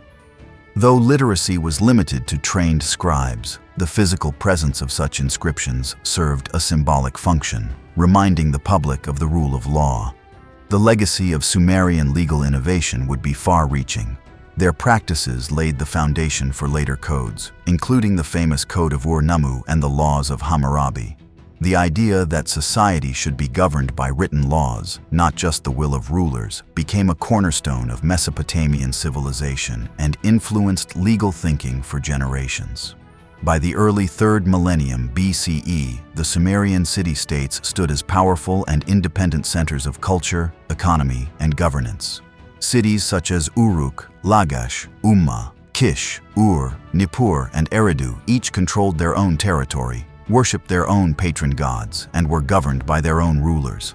These urban centers shared a common language, script, and religious worldview, but their political relations were far from peaceful. As Sumerian civilization matured, inter-city conflict became a defining feature of the region's political landscape. At the heart of many disputes was land, specifically fertile agricultural zones and access to water. In a landscape where survival depended on well-managed irrigation and regular harvests, even small tracts of contested land could provoke intense rivalry. Cities claimed divine authorization for their territorial boundaries, often invoking the will of their patron deities to legitimize their claims.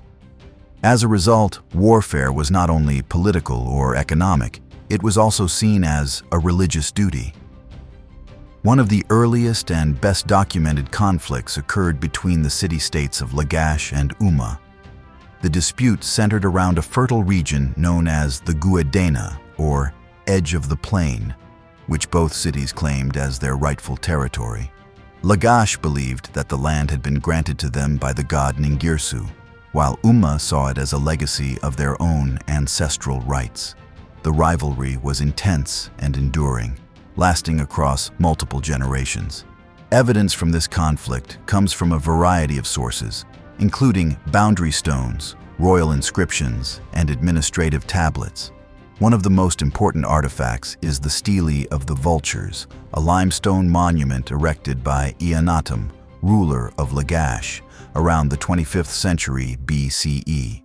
The stele is named for one of its most vivid scenes, vultures descending upon the corpses of defeated enemies. It depicts Ur-Nammu leading his troops into battle, trampling foes underfoot, and presenting captives to the god Ningirsu. The imagery is both brutal and symbolic, affirming the divine support for Lagash's victory. The Stele of the Vultures is significant not only for its artistic detail, but also for what it tells us about early Sumerian warfare. Armies were composed of organized infantry, equipped with spears, shields, and helmets. Leaders rode in chariots drawn by onagers, a type of wild donkey. Battles were carefully planned, and the spoils of war, land, laborers, livestock, were distributed among the victors or dedicated to the gods. Warfare had become an institutionalized part of political life. Despite the violence, there were also moments of diplomacy and negotiated peace. In the case of Lagash and Umma, treaties were occasionally established to divide land or regulate water usage. These agreements were often ratified by religious rituals, with oaths sworn before the gods and witnessed by divine symbols or idols. Breaking such an oath was considered not just a political offense, but a sacrilegious act, inviting divine punishment. Another powerful city-state involved in regional conflict was Kish. Located to the north of Sumer proper, Kish held symbolic importance as the city where kingship was said to have descended from heaven after the mythical flood. Rulers of Kish often claimed authority over other Sumerian cities, presenting themselves as kings of all Sumer. This claim was not always recognized, but it reveals the emerging idea of centralized rule, a concept that would eventually take full form under the Acadian Empire. One ruler of Kish, Mesopotamian, appears in inscriptions as a mediator in the conflict between Lagash and Umma. Around the mid-3rd millennium BCE, he established a boundary between the two cities and had a stele erected to record the agreement. While this peace did not last, the intervention shows that diplomacy and legal arbitration were sometimes used alongside military force. Nippur also played a special role in intercity relations. Home to the temple of Enlil, the supreme god of the Sumerian pantheon, Nippur was considered a neutral religious center. Rulers from across Sumer made pilgrimages to Nippur, offered gifts to Enlil, and sometimes sought divine approval for their kingship. Control of Nippur conferred both political legitimacy and religious prestige, making it a strategic target in times of conflict and a symbol of unity in times of peace. Warfare in Sumer was not always between Sumerians. As trade expanded and borders became more porous, the city-states occasionally clashed with neighboring peoples, including the Elamites to the east and the Amorites to the west. These conflicts were driven by competition for resources, control of trade routes, and cultural rivalry. Foreign incursions also brought instability and sometimes influenced internal politics, as city-states turned to stronger rulers to defend against outside threats. In addition to war and diplomacy, the Sumerians engaged in cooperative ventures. Shared irrigation networks sometimes required collaboration across city boundaries. During times of environmental stress, such as drought or flood, cities coordinated canal maintenance and water distribution. Religious festivals brought representatives from different cities together to celebrate common deities and renew alliances. Trade also fostered cooperation. Merchants from various cities traveled together, formed partnerships, and conducted business in shared markets. Economic interdependence often encouraged peaceful relations, at least temporarily. The cities recognized that prosperity depended not only on strength, but also on stable connections with their neighbors. The balance between conflict and cooperation was delicate. When one city grew too powerful, others formed coalitions to resist domination. This dynamic kept any single city from permanently subjugating the others, until the rise of external forces that would disrupt this equilibrium. In the centuries following the persistent rivalries of Sumerian city-states, the political map of Mesopotamia was defined by fragmentation. Cities like Lagash, Uruk, Umma, and Kish repeatedly fought for supremacy, yet no single power succeeded in uniting the region. That changed dramatically in the 24th century BCE, when a man from outside the traditional Sumerian elite rose to power and built the first empire in recorded history. His name was Sargon of Akkad. Sargon's rise marked a pivotal shift, not only in politics, but in the nature of leadership, administration, and identity across Mesopotamia. He was not a Sumerian by birth. He came from a Semitic-speaking people in northern Mesopotamia, in a region that would come to be known as Akkad. Though his precise origins remain partially shrouded in legend, Sargon's own inscriptions offer clues to his journey from obscurity to dominance. According to one later tradition, Sargon was born in humble circumstances. His mother, possibly a priestess, bore him in secret and set him adrift in a basket on the river. He was rescued and raised by a gardener, eventually becoming a cupbearer to the king of Kish, a role that placed him close to political power. Whether this account is entirely factual or partly mythologized, it reflects Sargon's reputation as a self-made ruler, someone who rose through talent and ambition rather than noble birth. At some point during the mid-24th century BCE, Sargon seized control of Kish and began a series of military campaigns that would reshape Mesopotamia. He challenged Lugalzagesi of Uruk, who had briefly unified much of Sumer. In a decisive confrontation, Sargon defeated Lugalzagesi and paraded him in chains through the city of Nippur, symbolically presenting his victory before the god Enlil. With Lugalzagesi vanquished, Sargon turned his attention to other Sumerian cities. He conquered Ur, Umma, Lagash, and Eridu, bringing the southern region under his control. He established a new capital city, Akkad, though its exact location remains uncertain to this day.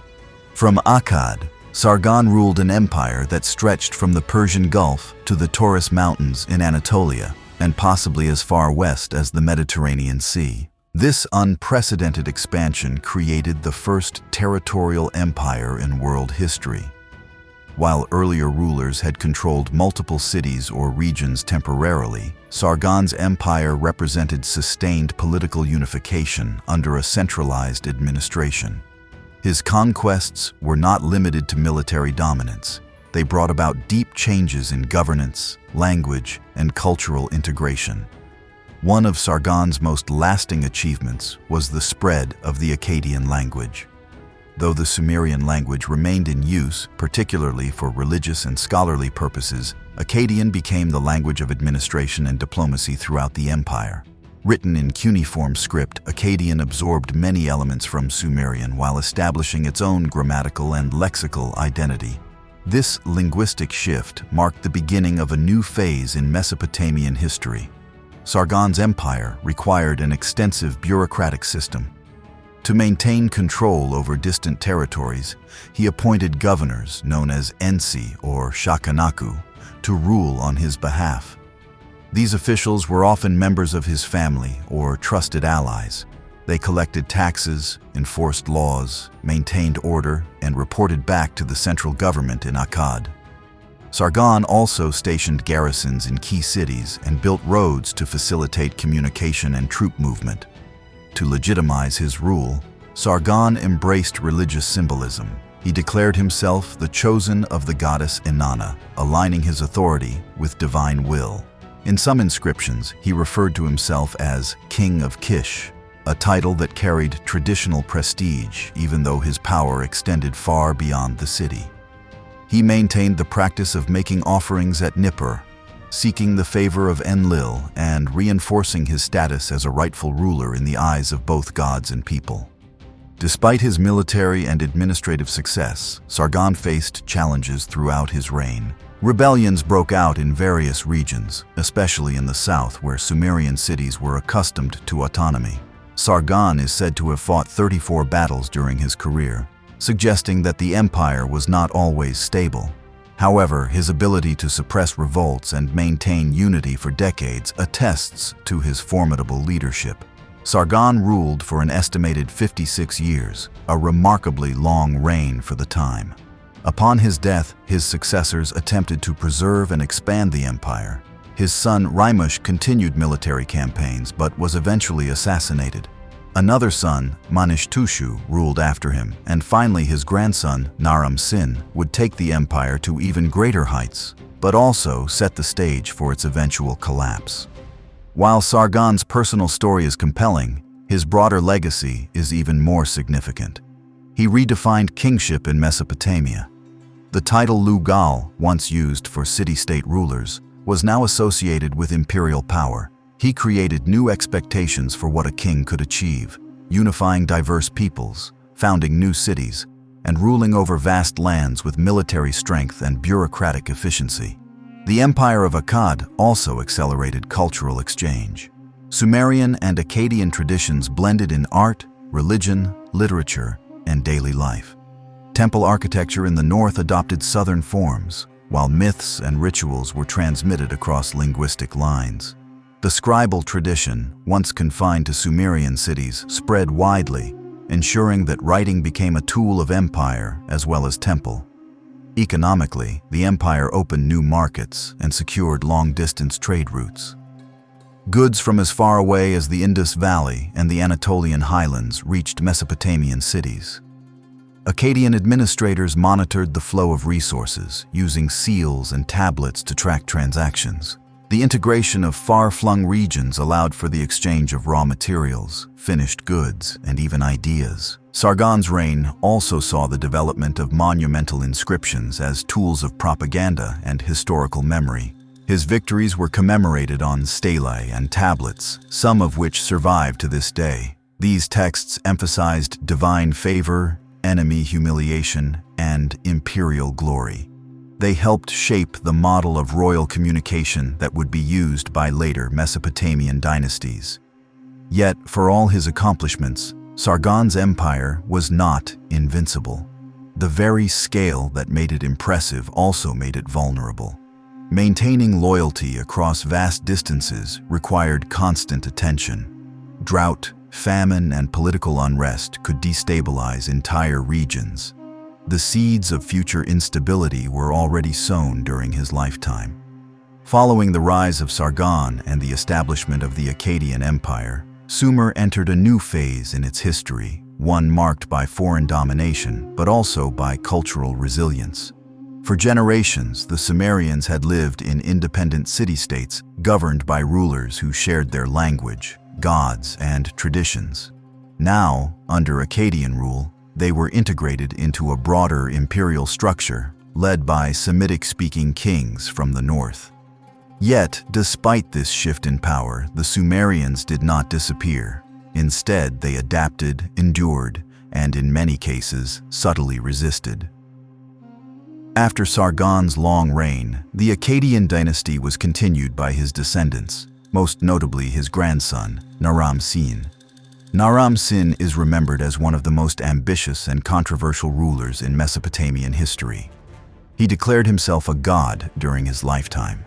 a radical departure from previous traditions in which kings were seen as chosen by the gods but remained mortal.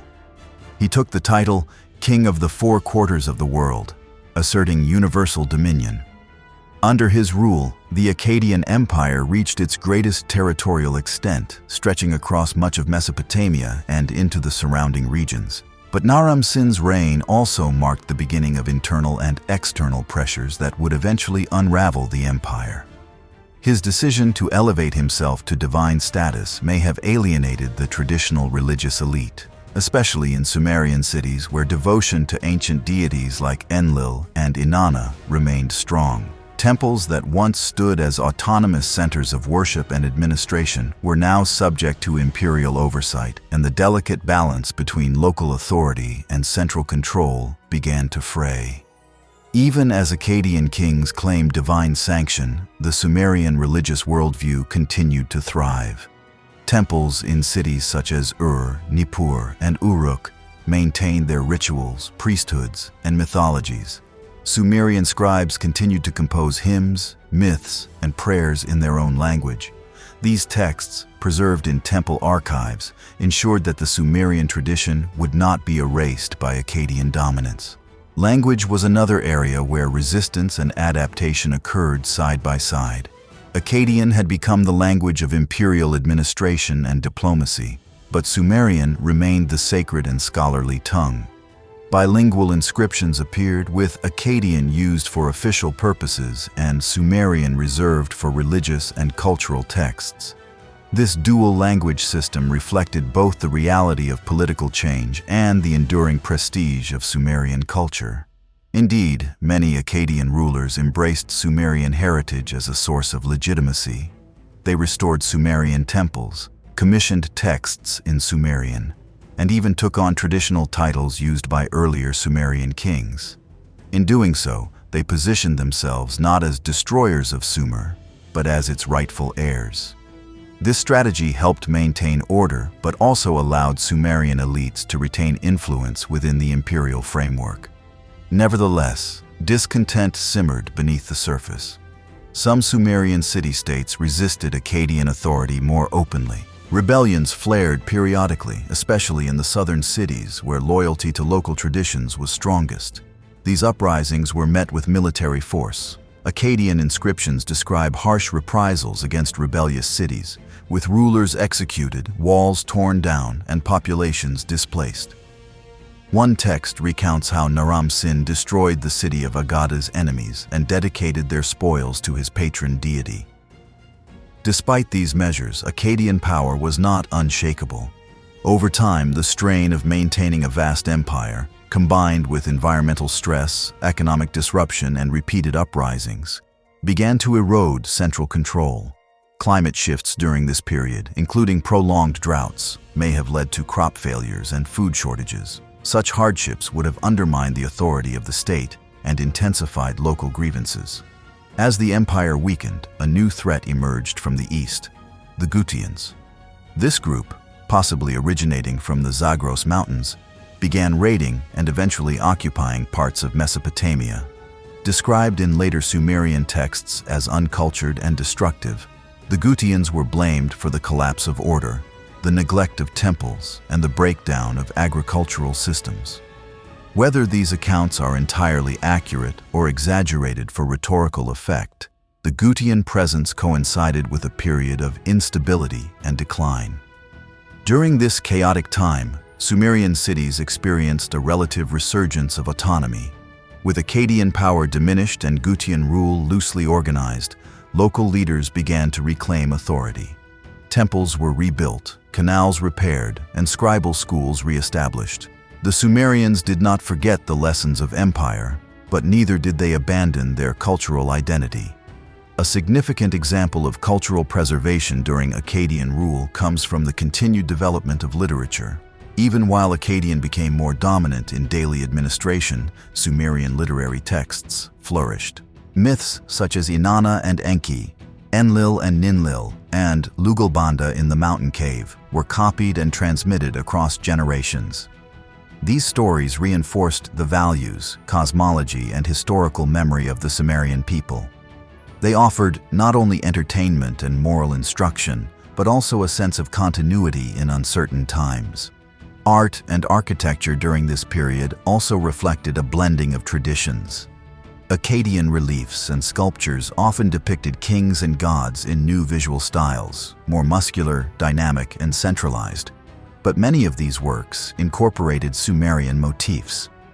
Religious iconography remained rooted in earlier Sumerian symbols, such as the robed priest-king, the stepped temple tower, and the ritual procession. The fall of the Acadian Empire in the late 22nd century BCE did not lead immediately to the resurgence of Sumerian independence. Instead, Mesopotamia entered a period of fragmentation and instability, commonly referred to by historians as a Dark Age. Central authority collapsed, trade networks broke down, agricultural production declined, and cities across the region suffered disruption. Much of this turmoil is associated with the incursions and eventual dominance of the Gutians, a group from the eastern Zagros Mountains who swept into Mesopotamia during this time of vulnerability. The Gutians remain an enigmatic people. They did not leave behind their own written records, and nearly all information about them comes from Sumerian and later Akkadian sources, texts that portray them in highly negative terms. In these accounts, the Gutians are described as savage, nomadic, and hostile to civilization. One Sumerian king, Utu-Hegal of Uruk, described them as people who know no gods, who know no cities, who do not cultivate fields and do not know how to build canals. While these descriptions likely reflect cultural bias and political propaganda, they also provide insight into how disruptive this period was perceived to be by the Sumerians. What is certain is that the Gutians filled the power vacuum left by the decline of Akkadian rule. After the reign of Shar-Kali-Shari, the last strong king of the Akkadian line, records become sparse, and rulers appear to have had only limited local authority. During this time, the Gutians seized control of key cities and dominated the central plain of Mesopotamia. Their rule appears to have been more military than administrative. Unlike the Akkadians, the Gutians did not establish a strong bureaucratic apparatus. Temples, irrigation systems, and city defenses fell into disrepair. The economy contracted, literacy declined, and central communication across the region was weakened. The Sumerian king list, a text that traces the succession of dynasties over time, provides a condensed version of the era. It describes a series of Gutian kings who ruled Sumer, though often with reigns portrayed as short, ineffective, and chaotic. Whether these accounts reflect historical truth or retrospective judgment by later Sumerian chroniclers, the general consensus is that this was a time of regression for urban life in Mesopotamia. The impact of this disruption was significant. Many cities were abandoned or lost population. Trade routes to regions such as Elam, Anatolia, and the Indus Valley deteriorated. Without effective canal maintenance, agricultural yields fell. Salinization of farmland, already an issue during the later Sumerian and Akkadian periods, worsened. Food shortages combined with political disintegration further destabilized society. Yet even in this period of decline, there were glimmers of resistance and cultural persistence. Some Sumerian cities retained a degree of autonomy, especially in the southern region. Temples continued to function, albeit with fewer resources. Local leaders attempted to maintain traditions and organize public works. Inscriptions from this time are fewer in number, but those that survive point to efforts by individual rulers to restore order and reclaim legitimacy. One such leader was Utu-Hegal of Uruk. Around the late 22nd century BCE, he launched a military campaign against the Gutians and claimed to have defeated their king Tirigan. In a lengthy inscription found at Uruk, Utu-Hegal describes how the gods chose him to liberate Sumer from foreign oppression. His victory was not just a military triumph. It was framed as a divine mission to restore balance and return the land to its rightful rulers. According to the inscription, after Tirigan's defeat, he fled but was captured and brought back to Uruk in chains. Utu-Hegal's reign was relatively short, but his legacy endured because of what followed. His general and possible son-in-law, Ur-Nammu, would go on to found the third dynasty of Ur, ushering in a final brilliant chapter in Sumerian history. But before that revival, the region had to endure the full effects of the Gutian period. The term Dark Age is often used to describe this era, but it must be approached with nuance. While it is true that centralized authority broke down and urban institutions weakened, not all aspects of life disappeared. The cultural memory of Sumerian tradition remained intact. Oral storytelling, religious rituals, and basic administrative practices continued in some form. It is likely that many communities adapted to more local forms of organization, relying on kinship ties, smaller temple cults, and regional alliances. This period also served as a crucible for the rebirth of Sumerian identity. The experience of foreign domination, economic collapse, and social disintegration sharpened the desire among the Sumerians to restore their former greatness. The imagery and rhetoric of later rulers reflect this. They positioned themselves not only as military victors, but as restorers of lost order, the agents of the gods who had once again smiled upon Sumer. Moreover, the Gutian era demonstrated the fragility of the Mesopotamian urban system. Without careful management of canals, cooperation between cities, and a functioning bureaucracy, the region could not sustain its agricultural and commercial foundation. The lessons learned during this time would influence how later dynasties approached governance, infrastructure, and the integration of diverse populations. Archaeological evidence from this period remains limited, but what has been uncovered supports the written record. Sites such as Nippur and Lagash show signs of decline in construction activity and reduced population density. Administrative texts become rarer, and monumental building projects halt for a time. Yet the fact that these cities were later revived suggests that their core institutions, while weakened, were not entirely destroyed. Out of the ashes of political collapse and foreign occupation, Sumer rose once more. Following the Gutian interregnum, a time marked by instability and fragmentation, a powerful movement of restoration emerged from the south. Its center was the city of Ur, and its architect was a ruler named Ur-Nammu. Under his leadership, the Sumerians would experience a final era of unity, prosperity, and cultural flourishing.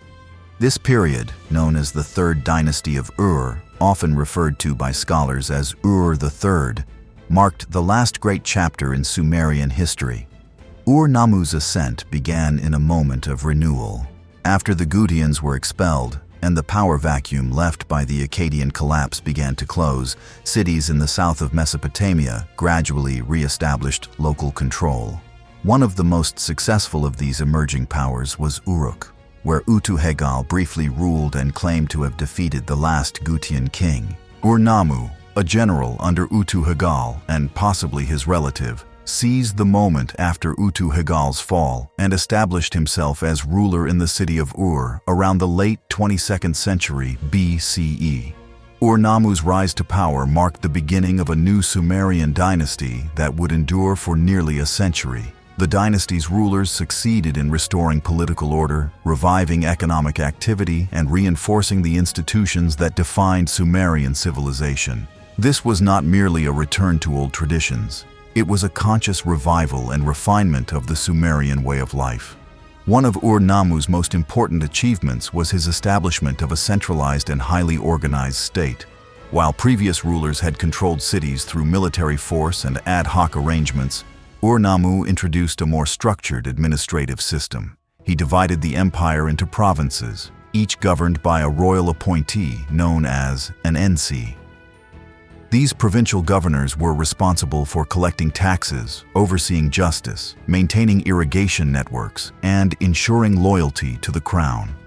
A network of scribes and officials ensured that the center remained informed and connected to the periphery. At the heart of this bureaucracy was the capital city of Ur.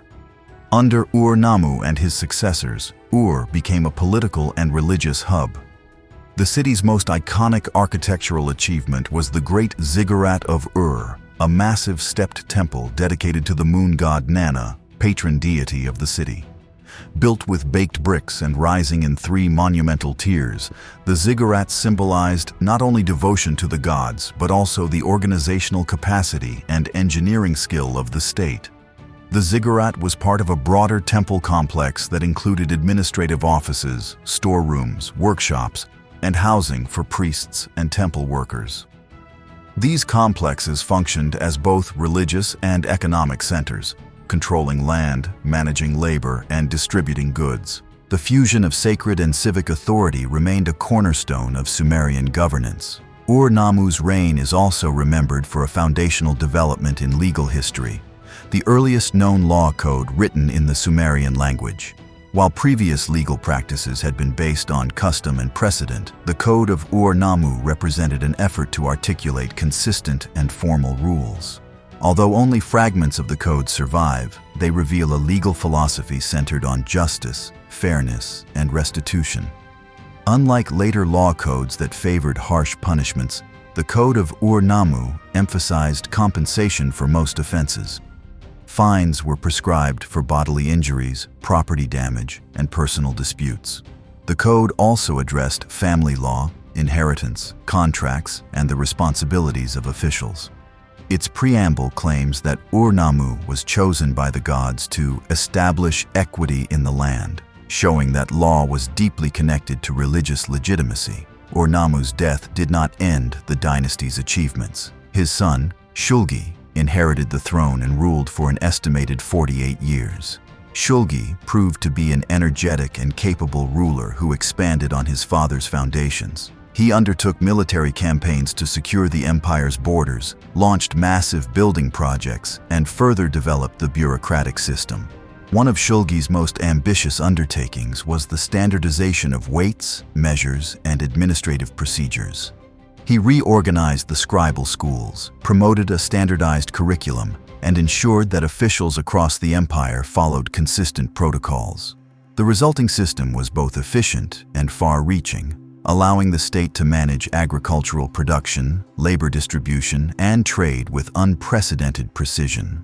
Shulgi also declared himself a god during his reign, an act that mirrored the precedent set by Naram-Sin of Akkad.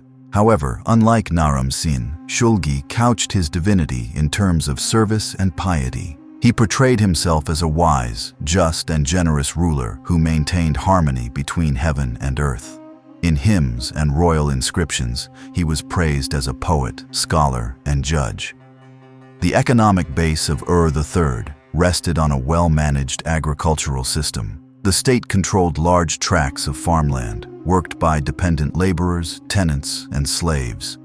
These lands were assigned to temples, royal institutions, and military units, which produced grain, wool, oil, and livestock.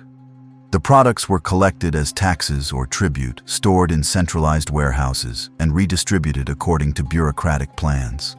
The administrative records from this period are vast.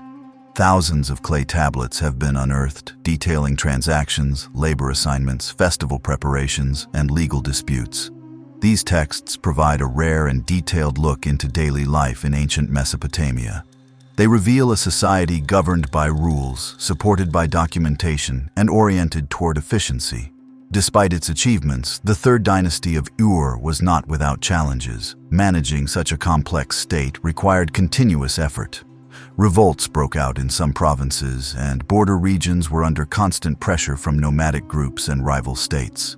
Over time, the strain of military campaigns, combined with environmental changes and internal dissent, began to weaken the empire. External threats also mounted. The Amorites, a Semitic-speaking people from the west, began to settle in and around the Mesopotamian plain. Initially viewed as outsiders, they gradually integrated into society and took advantage of moments of weakness. Simultaneously, the Elamites from the east posed a growing danger. Their attacks on Sumerian territories intensified during the later years of Ur III. The final ruler of the dynasty, Ibbi-Sin, struggled to maintain control as famine, invasion, and rebellion engulfed the realm. The once great empire crumbled piece by piece. Eventually, the city of Ur was captured by the Elamites, bringing an end to the Third Dynasty and to Sumerian political independence. In the long story of ancient law, few documents hold as much significance as the Code of Ur-Nammu. Composed during the reign of Ur-Nammu, founder of the third dynasty of Ur, this legal code stands as the oldest known written law code in human history.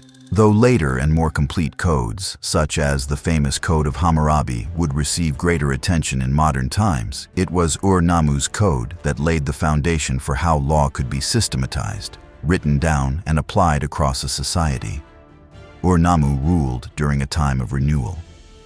Following the collapse of the Acadian Empire and the subsequent Gutian invasions, Sumer had suffered political fragmentation and economic decline.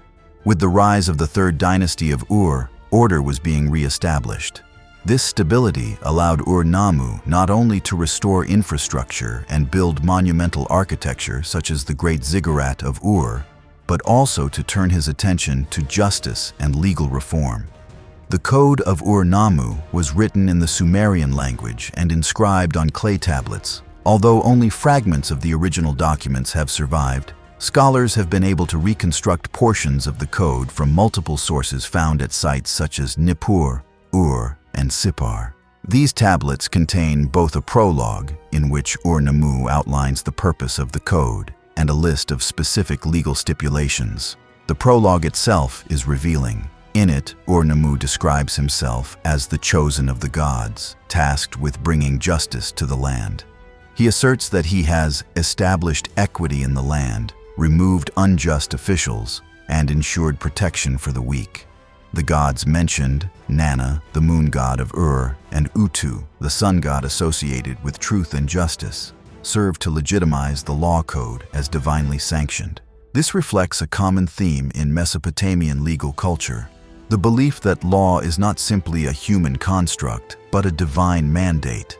The structure of the Code of Ur-Nammu is clear and organized. Each law is written in a conditional format. If a certain action occurs, then a specific consequence follows. This formulaic structure would become standard in later Mesopotamian legal texts. Unlike modern legal codes that aim to be comprehensive, the Code of Ur-Nammu focuses on specific offenses and remedies, especially those related to physical harm, property disputes, sexual offenses, and social obligations. One of the most notable aspects of the code is its emphasis on monetary compensation rather than physical punishment. For example, if a man causes injury to another, the law typically calls for a fine, measured in silver, rather than mutilation or execution. This approach contrasts with later codes, such as that of Hammurabi, which include many instances of the eye for an eye principle. The Code of Ur-Nammu presents a more measured and restorative approach to justice. These laws show that while capital punishment was applied in cases of murder and robbery, most other offenses were handled through financial restitution. The code also covers matters related to marriage, divorce, and inheritance. Women's rights, while limited compared to men's, were nonetheless acknowledged in legal terms. Widows and orphans, in particular, were granted protections, emphasizing the king's role as guardian of the vulnerable. Another striking feature of the Code of Ur-Nammu is its concern with official conduct. Corrupt judges, tax collectors, and administrators are targeted in the prologue as enemies of justice. Ur-Nammu declares that he has removed the grabbers of the neck, a phrase referring to abusive officials who extorted from the population. This reflects the understanding that injustice often stems not from common people, but from those in positions of power. The code also sheds light on the social hierarchy of Sumerian society. Distinctions are made between free citizens, dependent laborers, and slaves. The penalties for offenses vary according to the status of the victim and the perpetrator. For instance, injuring a free man carried a heavier fine than injuring a slave. This reflects the deeply stratified nature of Sumerian life, in which legal rights were linked to social class. Even so, the Code of Ur-Nammu represents a step toward the formalization of legal equality, at least within defined categories. By committing laws to writing, Ur-Nammu made it possible for legal standards to be applied consistently across his realm. This was an innovation with lasting consequences. Written law could be consulted, debated, and preserved. It became part of the bureaucratic structure of the state, managed by scribes and enforced by officials. The legal system established by Ur-Nammu was closely tied to the administrative bureaucracy of the third dynasty of Ur. Provincial governors, scribes, and temple officials were all involved in implementing the law. Legal cases were recorded on clay tablets, often with the names of witnesses and the seals of judges. Some tablets describe disputes over land, debt, inheritance, or marital arrangements. These records show a legal culture that extended into everyday life and was accessible, at least in principle, to ordinary people. The legacy of the Code of Ur-Nammu is profound. It established the idea that the king had a responsibility not only to conquer and build, but also to govern justly. It introduced a written, standardized legal code that influenced later Mesopotamian rulers. The format, language, and principles of the code would be echoed in the laws of Lipit Ishtar, Eshnunna, and ultimately Hammurabi. More broadly, the Code of Ur-Nammu illustrates the intellectual and moral development of the Sumerians. Their commitment to justice, their understanding of social order, and their use of writing to shape governance were all hallmarks of a mature civilization. While earlier societies had customs and enforcement mechanisms, the Sumerians were among the first to articulate those customs in legal texts that transcended oral tradition. Long before the scientific revolutions of the classical and modern eras, the Sumerians developed a rich intellectual tradition rooted in observation, measurement, and practical problem-solving.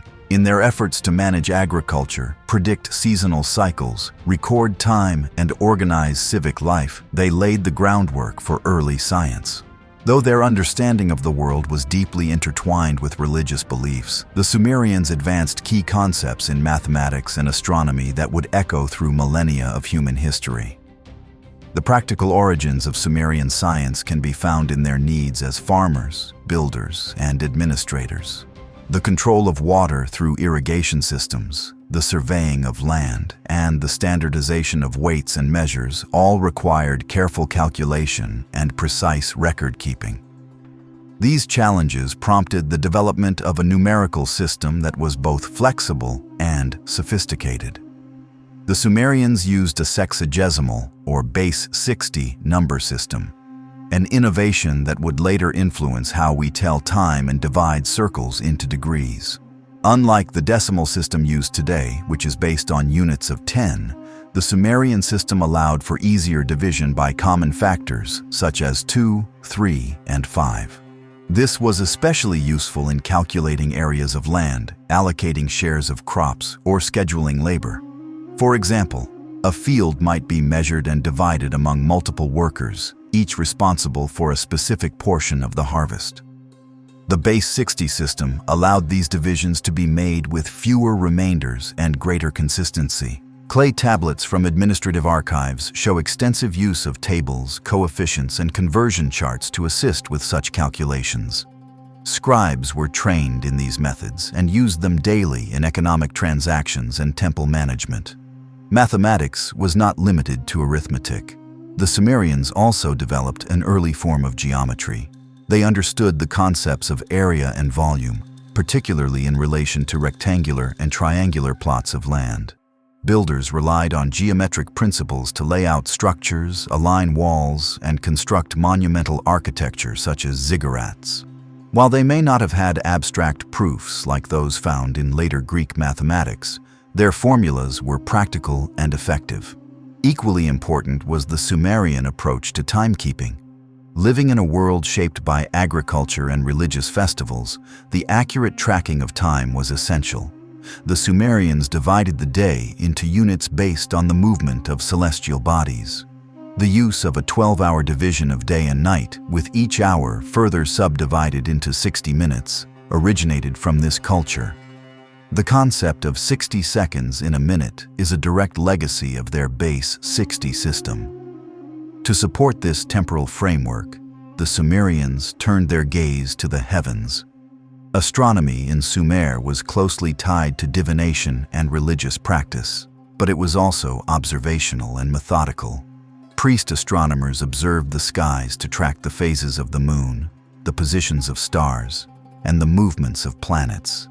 These observations were recorded and used to create calendars that regulated agricultural activities, temple rituals, and civic events. The lunar calendar used by the Sumerians was divided into 12 months, each corresponding to a lunar cycle.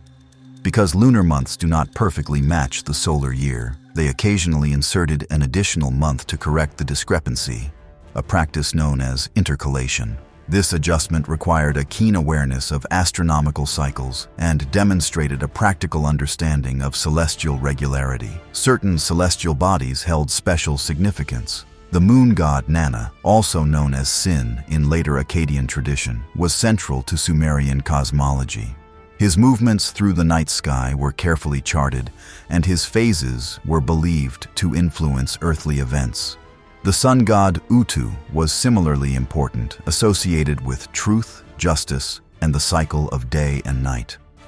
Planets such as Venus, which was associated with the goddess Inanna, were also observed with interest. The appearance and disappearance of Venus in the morning and evening skies held symbolic meaning and were believed to be omens.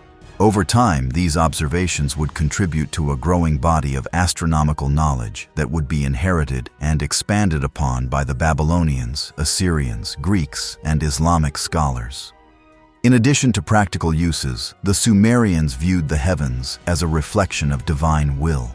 Celestial events, eclipses, conjunctions, and unusual alignments were interpreted as messages from the gods. Priests used these signs in a practice known as celestial divination, recorded in a genre of texts called omen literature. While the predictions were often symbolic, they were based on generations of accumulated observation. This blending of science and religion may seem contradictory to modern sensibilities, but for the Sumerians, it was entirely coherent.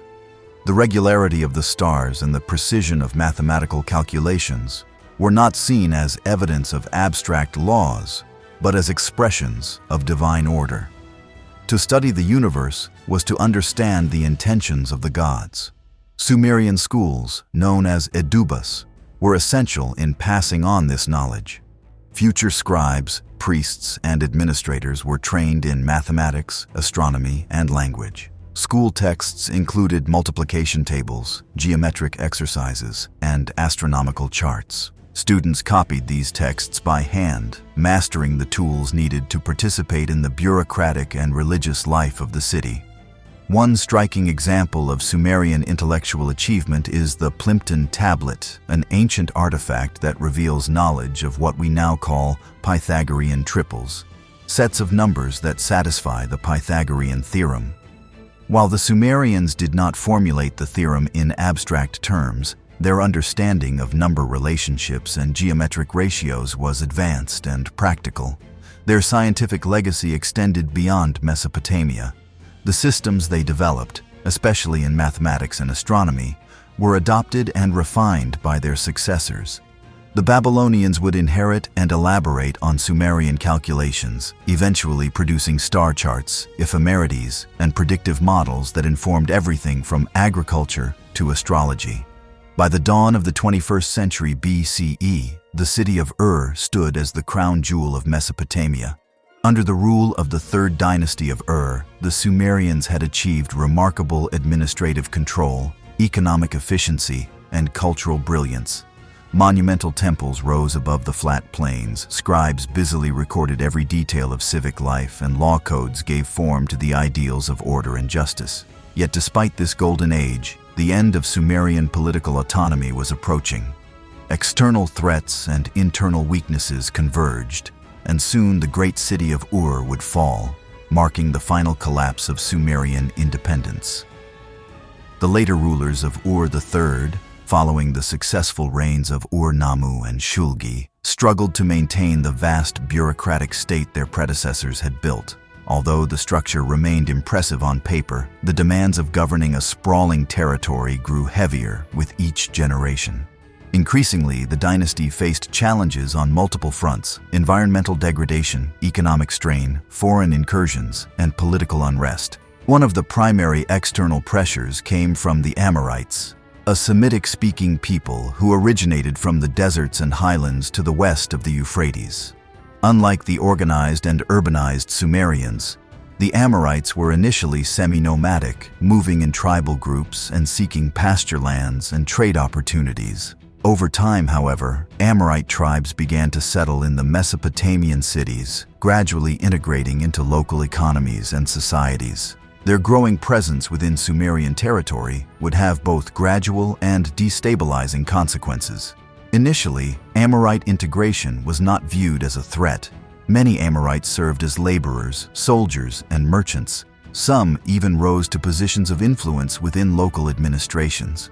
But as more Amorite families settled permanently and expanded their influence, Sumerian elites began to perceive their growing numbers as a challenge to the established order. Urban records increasingly mentioned land disputes, tax conflicts, and legal cases involving Amorites, signs of tension building beneath the surface. Meanwhile, to the east, the ancient kingdom of Elam, located in what is now southwestern Iran, was becoming more aggressive. The Elamites, long a rival to Sumerian and Akkadian powers, began launching military raids into Sumerian territory.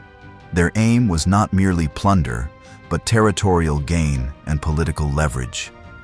As the central power in Ur weakened, Elamite rulers sensed opportunity. Ibbi-Sin, the last king of Ur III, inherited a troubled state. He faced mounting invasions from Elam, increasing pressure from Amorite populations within and around the cities, and a growing breakdown in centralized control. The once efficient bureaucracy was unable to meet the challenge. Grain shortages, inflation, and logistical failures plagued the land. Provincial governors began to act independently, and records suggest that tax revenues declined sharply. One of the most telling signs of decline was the deterioration of the irrigation infrastructure. The lifeblood of Mesopotamian agriculture, the canals required constant maintenance and cooperation across city-states. As the state's administrative grip loosened, canals silted up, fields dried out, and harvests declined. The environmental impact of soil salinization, long a challenge in the region, worsened. Farmlands that had once supported thriving populations became less productive, adding to the economic burden. In this context of crisis, the Elamites made their decisive move. Around the end of the 21st century BCE, Elamite forces launched a successful campaign against the city of Ur. According to later records, they sacked the city, looted its temples, and captured King Ibbi-Sin. He was taken in chains to Elam, a symbolic humiliation that echoed the earlier fate of Sumer's enemies under rulers like Sargon and Naram-Sin. This time, however, it was Sumer that was defeated. The fall of Ur sent shockwaves across Mesopotamia. Temples were abandoned or desecrated, scribal schools fell silent, and central authority vanished. The administrative systems that had once governed the land so meticulously crumbled. With the collapse of the third dynasty of Ur, no Sumerian city would ever again rise to dominate the region politically. Yet, this was not the end of the Sumerian people, nor of their culture. In the vacuum left by the fall of Ur, the Amorites stepped in, not as raiders, but as rulers. Over the coming decades, Amorite chieftains established control over various cities across Mesopotamia. In some places, they assimilated into existing traditions. In others, they redefined them. Cities such as Isin and Larsa rose to prominence, ruled by Amorite dynasties who preserved many Sumerian practices while introducing their own political styles. The transition from Sumerian to Amorite dominance was gradual and complex. In many respects, the cultural continuity was striking. The Sumerian language continued to be used in religious rituals, legal documents, and scholarly texts. Temple worship remained central to civic life. Art, architecture, and literature preserved Sumerian motifs and styles. The scribal schools continued to teach Sumerian as a classical language, much like Latin in medieval Europe. However, over time, Akkadian, spoken by both the Akkadians and Amorites, became the dominant language of daily life and administration. This linguistic shift marked the beginning of the end for Sumerian as a living language. By the beginning of the 2nd millennium BCE, Sumerian ceased to be spoken outside of ceremonial and scholarly contexts. It would survive for centuries more in religious texts and archival inscriptions, but its days as a spoken vernacular were numbered. Despite the loss of political autonomy and linguistic prominence, the Sumerian influence endured. The city-states that emerged in the post-Ur period, ruled by Amorite kings, relied on Sumerian legal traditions, built temples in Sumerian architectural styles, and invoked Sumerian deities in official inscriptions. The very structure of Mesopotamian kingship, with its divine mandate and administrative sophistication, owed much to the Sumerian model. After the fall of Ur and the collapse of the 3rd dynasty, the political dominance of the Sumerians came to an end. Yet their cultural and intellectual legacy did not vanish. Instead, it was absorbed, adapted, and expanded by those who followed, particularly the Amorites, who would eventually give rise to the great city of Babylon. Over the course of several generations, the Sumerian worldview, religious beliefs, language, and administrative practices were woven into the fabric of what would become Babylonian civilization. The early 2nd millennium BCE marked a period of transformation across Mesopotamia. Amorite rulers, having settled into power in cities such as Isin, Larsa, and Babylon, adopted many Sumerian customs and institutions. They maintained the temple complexes, supported the continuation of scribal schools, and preserved the Sumerian pantheon. Rather than replacing Sumerian traditions, these new leaders co-opted them, recognizing their legitimacy and cultural authority. The city of Isin, in particular, played an important transitional role. Rulers such as Ishbi-Era, a former governor under the Ur-III administration, positioned themselves as defenders and restorers of Sumerian order. Royal inscriptions from this period often portrayed these Amorite kings as chosen by the traditional Sumerian gods, especially Enlil of Nippur. They presented their rule not as a break from the past, but as a continuation of it, despite their Semitic origins and shifting linguistic norms.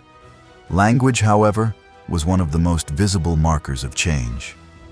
Akkadian, a Semitic tongue closely related to Amorite, gradually supplanted Sumerian as the spoken and administrative language of the land.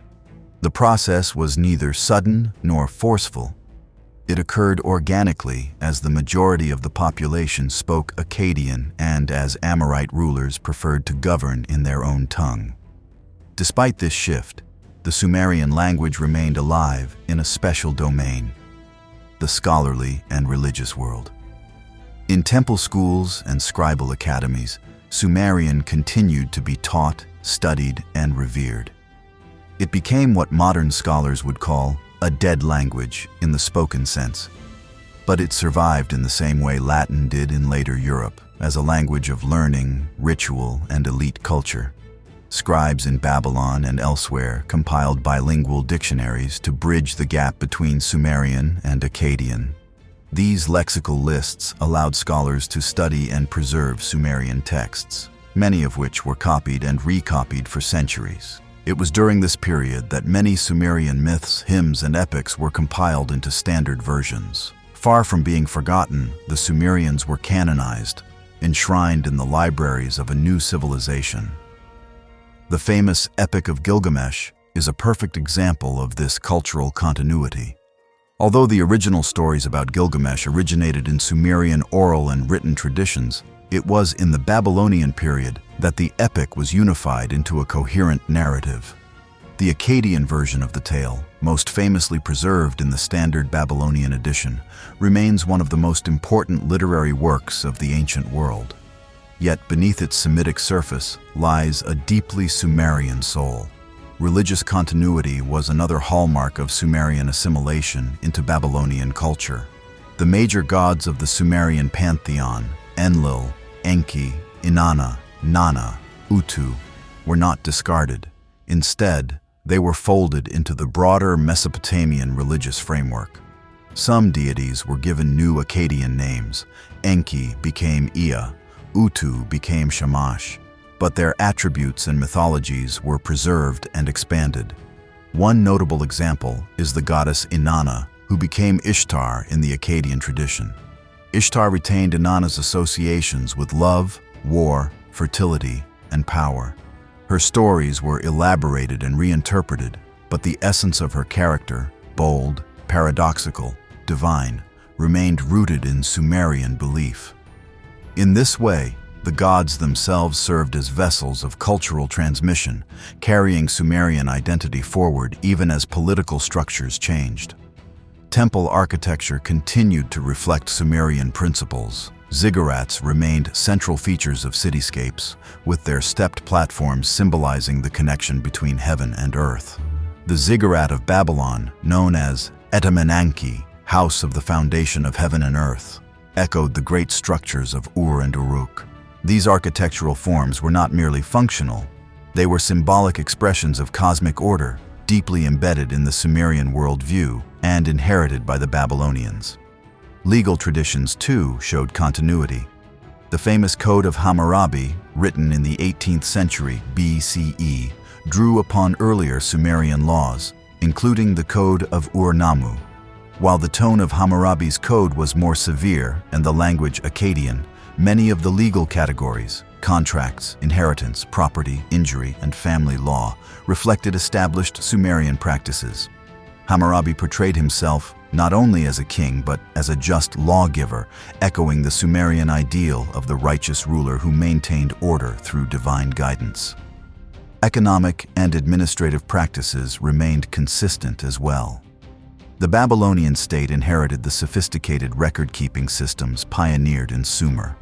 The use of cuneiform, writing on clay tablets, the employment of scribes, and the detailed documentation of taxes, land use, and labor obligations all continued.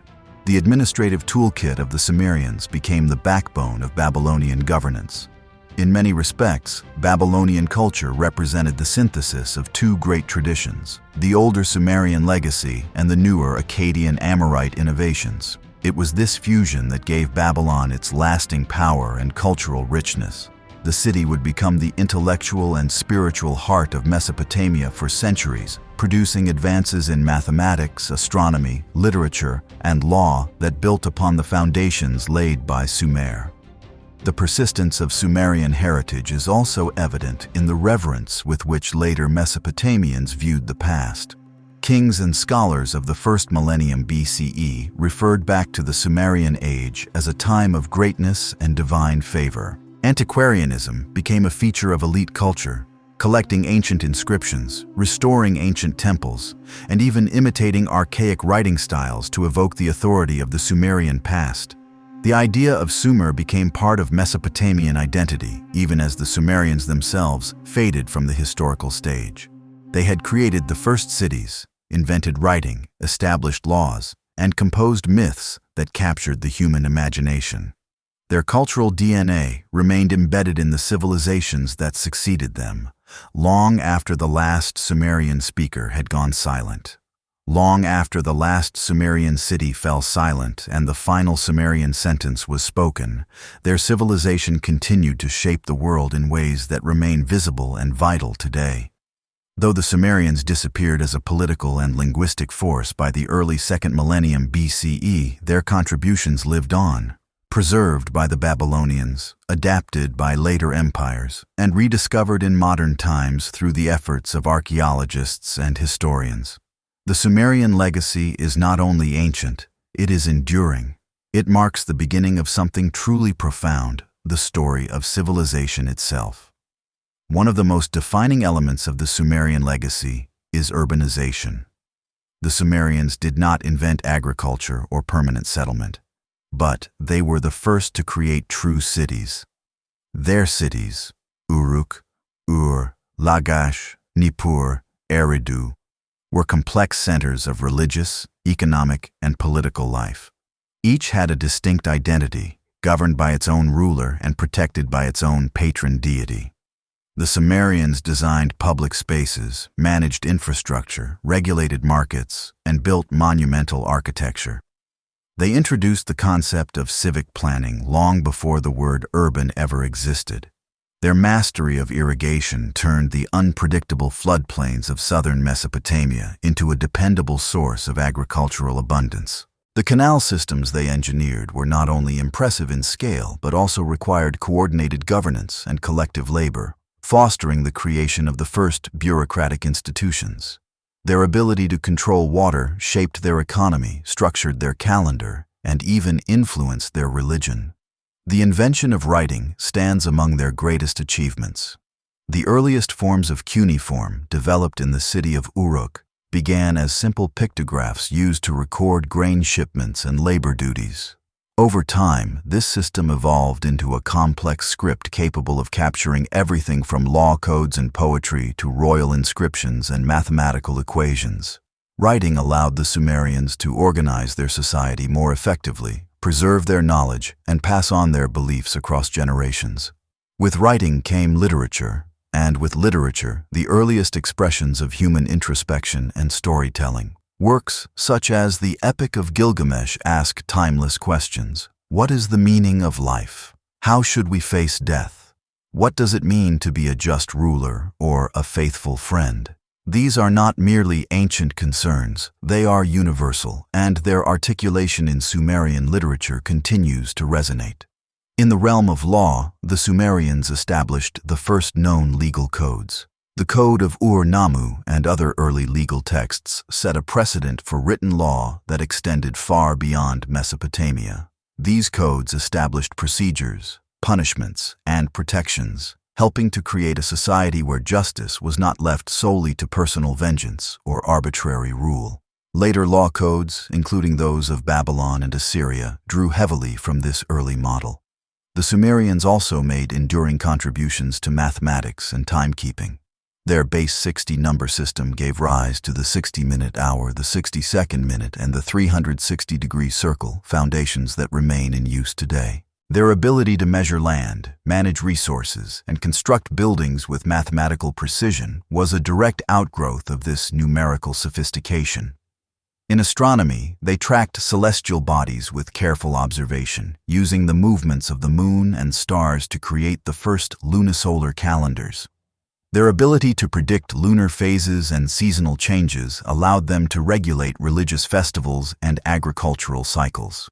Though their interpretations were often religious, the data they collected laid the foundation for future scientific inquiry.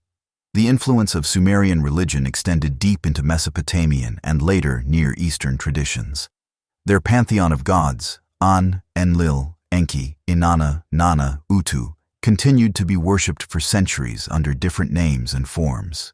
Their myths provided a cosmological structure that shaped how people understood the world and humanity's place within it. The idea that divine order governed the universe, that kings ruled by divine mandate, and that temples were centers of both spiritual and civic life, all originated with the Sumerians and became standard across the ancient world. Their architectural style, especially the iconic ziggurat, inspired temple construction across Mesopotamia and beyond. These stepped structures represented a bridge between heaven and earth, a concept that would echo in later sacred architecture. Even today, the ruins of the great ziggurat of Ur stand as a testament to the Sumerians' vision and ambition. Sumerian medicine, though limited by the knowledge of the time, combined empirical observations with spiritual practices. Clay tablets describe treatments for wounds, fevers, and digestive issues, often using plant-based remedies. While many methods were accompanied by ritual incantations, the basic idea that illness had identifiable causes and possible cures was a critical step toward more systematic healthcare practices. Their administrative legacy, perhaps less dramatic but no less important, includes the development of record-keeping systems, inventories, taxes, and standard weights and measures. These tools were essential for managing economies, distributing goods, and maintaining the stability of growing populations. Without them, the cities they built could not have functioned. The Sumerians also created a framework for education. The Aduba, or tablet house, was the prototype for formal schooling. Here, young scribes learned not only how to write but also how to manage complex data, recite proverbs, and compose hymns. This focus on education as a structured, multi-year endeavor influenced every later culture that adopted cuneiform writing. But beyond specific achievements, perhaps the most lasting legacy of the Sumerians is the very idea of civilization, of people coming together in cities to build, record, reflect, and imagine. The Sumerians laid the foundations for urban life, organized religion, centralized administration, and intellectual inquiry. They were the first to create systems for organizing human experience across space and time. Their influence extended far beyond the boundaries of their own cities. The Babylonians, Assyrians, Persians, Greeks, and even modern societies inherited parts of the Sumerian legacy, sometimes knowingly, sometimes unknowingly.